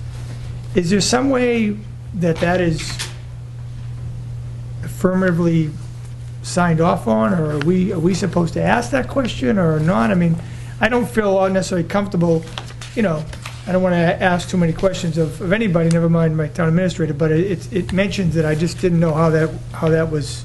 The thrust of that language is that it's a full-time job. I agree. And Yes. if we're hiring a town administrator, we expect you to be working full-time on the affairs of the town. As a general matter, the contracts and agreements that are entered into between towns and town administrators occasionally get into more detail. I don't think there's any intention here to say that someone who has the experience and background to be a town administrator can't do some things that might be related to it. Certainly you would want them serving on state boards and other things associated or related.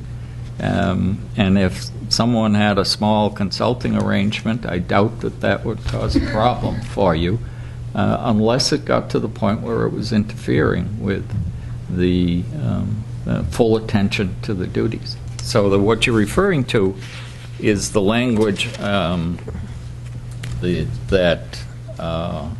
It was in section 1, right? Yeah, Yes. section 1 of Yep. 5B, sworn to the faithful performance of duties during the time he or she holds office. He or she, pardon the gender-neutral draftsmanship, shall devote full time to the, someday we're going to figure out how to write those so that it just sounds great. Full time to the position of town administrator, and shall not engage in any other business or occupation and not hold elective town office. So the purpose is full-time town employment. And how you, I mean, it is, I understand. How do you enforce it? I think you've just put in the contract, and I suppose you can ask your town administrator, are you working full-time? I know this guy is. I see him here at all hours. Thank you, Tom. Thank you. Well, And I did, Selectman Gannon, in our discussions with you, you quite properly raised, and I appreciate the concern that as an elected official, you want to be able at all times to respond to citizen complaints, and to be aware of what's going on in the community. And if somebody calls you, you want to be able to say either I dealt with it or I delegated it. And you're right, there's nothing in here that restricts that. There is, as you all know, and you don't have to be on the board long to realize this, there are a lot of calls that come in that are better dealt with by saying, I'll have that looked into, and you turn it over to him, just in the nature of things. And there are, as with any chief executive or high official, either in a law firm or in a business, there are concerns about chain of command and perceptions of going through the right avenues that you always have to have in mind.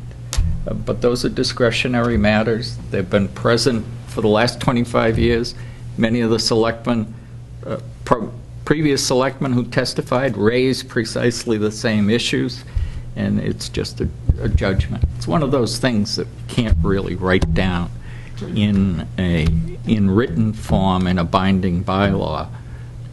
But as with everything else, we depend ultimately on the goodwill and common sense of the selectmen and whoever's working as town administrator to all get together and deal with these things appropriately. thank you. All said. Okay. Anything else, Paul? I just need a minute to collect my thoughts. No, I'm set. Thank you. So we'll postpone a vote to give you time to read all of it. But thank you, Tom, very much. I do like this draft. Thank you. Thank you. Again, this one moves to the 5th. Good seeing you again, Council. It seems to be one of my regular haunts now. Always good to see you, Tom. We have, let's do Selectmen Town Administrator reports, and then we'll do the 3 votes. Oh, 2 votes. What about? Okay, nothing. Do you want to do them other ways? No, What? we've got the highway in here. I was just Yeah, wondering those are what the 3. All right, why don't we do the votes first? Because then they can go home. Unless they want to hear the Town Administrator Selectmen reports. They're riveting. Who wants to do the first motion? Let's do the liquor license first. That's an easy one. Okay. I'll move that we approve the issuance of a special one-day wine and malt beverages liquor license to Steve Weiss. Second. Any further discussion? All in favor? Aye. Any opposed? The contract for mass pavement reclamation. Just move it to, it says move to approve, it says consider, move to approve the contract with Mass Pavement. Second. On the vote list, it's spelled out. Yeah. Yeah. Oh, sorry. Let me do it again. Yep. Move to sign a one-year contract with Mass Pavement Reclamation, Inc. for equipment rental and labor services as outlined in the bid packages Equip 15. This contract is valid through December 31, 2015. Second. Any further discussion? Actually, I do. I'm going to, again, vote no on this, because I do think we should have a better way of giving the businesses in town an opportunity to bid on packages. The particular contractor, the way the bid is written, they're the only people that have reclamation equipment. They're also the only people that have graders. There's 3 or 4 other companies. So in this area, I just feel it could be split and have more people have an opportunity to bid. So with that, all in favor? Aye. Any opposed? Me. Okay, what else do we have? Change of pace. Select. It's going to be one of those. Every now and then. Okay. Town administrator reports? Do you have an update for us on the snow budget? I do not have an update on the snow budget, primarily because I've been in the Aquarian litigation for most of the week. I don't suppose it's getting smaller. I will give you the update. It is not. You know, one of the issues that we're going to have to talk about is how we're dealing with the roof, the snow removal issues from the roof, because they're not eligible for our snow removal budget. Snow removal, the roofs, all the roofs. Yes, okay. The snow removal budget is for the removal of snow on the roads and byways, and there's specific legal requirements on it. We're going to have to grapple with that, and we're culling those costs together. We took the steps to remove the snow from a number of roofs within the building, understanding that we're going to have to deal with those reserve fund transfers. We have had water damage in this building, primarily because the activity of removing the snow from the roof has a high likelihood of puncturing the rubber membranes, and we'll have to repair that as we go forward. I will have costs for that, along with, as Ms. Lauder requested, an update on all the town buildings for your next meeting. I can tell you that we've made it through 4 days and concluded our activities for the week with the Aquarian litigation, and we will be picking up the trial again on Monday to continue with a wrap-up. We do expect it will wrap up on Monday. That's all I have to report for you right now. Cool. Mr. Healy? No, I have nothing to add. I think I've said enough tonight. Huh? Just a couple things. I want to wish our athletic teams well I don't know if you want to speak of it. No, go ahead. I think it's women's basketball and men's hockey are going to be playing, if not tomorrow, over the weekend. I know hockey's tomorrow. They're playing Weymouth. I hope to be at the game. Very excited and supportive, and I just wish them all luck. And I want to congratulate all the teams that participated in sports. We had many championships and records set, so we had a great winter season, and I'm looking forward to that. I will say just a couple of quick things. March 18th is the next meeting of the Town of Hingham Substance Abuse Prevention Coalition, 5 o'clock. I believe it's the East Room. Everybody's invited. Everybody's perspective is welcome, and we are moving forward with our mission statement and also some programs. So, again, everybody's welcome. And as I mentioned before, on March 20th, anybody who's Irish or wants to be Irish for the day, St. Patrick's Day is going to be celebrated in Hingham on March 20th, 2015 at the Community Center. And we're going to have Irish entertainment, some Irish step. And the best thing of all, besides enjoying each other's company, is it's going to be supportive of a very, very worthy cause, the Special Needs Athletic Program. So that'll be coming out in the near future in terms of the more details. But if you could mark it in your calendar for March 20th. I spoke to an Irishman who's been in this town quite some time, and he couldn't tell me when there was such a celebration. I'm hoping there had been some in the past, but if not, this will be a kickoff. So. I just have one thing I'd like to add. What? If I could. Go ahead. I'd like to extend a congratulatory note to two of my nieces who are going to states on the girls relay track team. So just to add my 2 cents. That's Olivia Kandari and Sarah Endike. Is that coming up soon? Yeah. Soon. Beautiful. Staying with sports, we did, and I have to do this one, CeCe O'Reilly won some, and I don't remember exactly what she won, but she's Liza O'Reilly's daughter, and she's a diver. Awesome.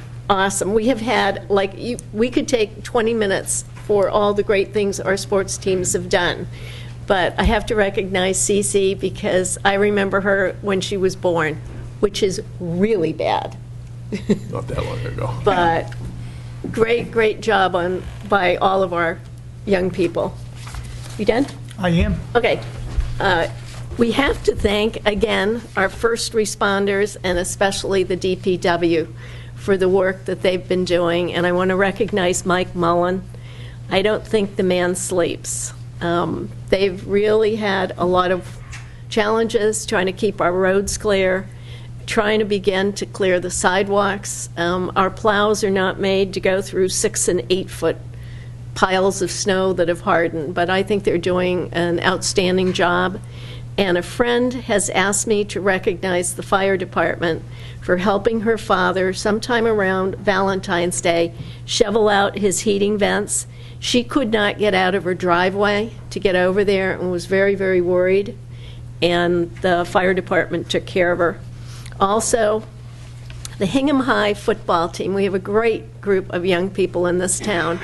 The 2 young men that I worked with, Jeffrey Bearden and Kevin Scheuer, they were out shoveling our veterans and seniors and anyone who couldn't get their property cleared. So made a phone call to them, and they gathered some people and took care of it. So I think this is a great group of people.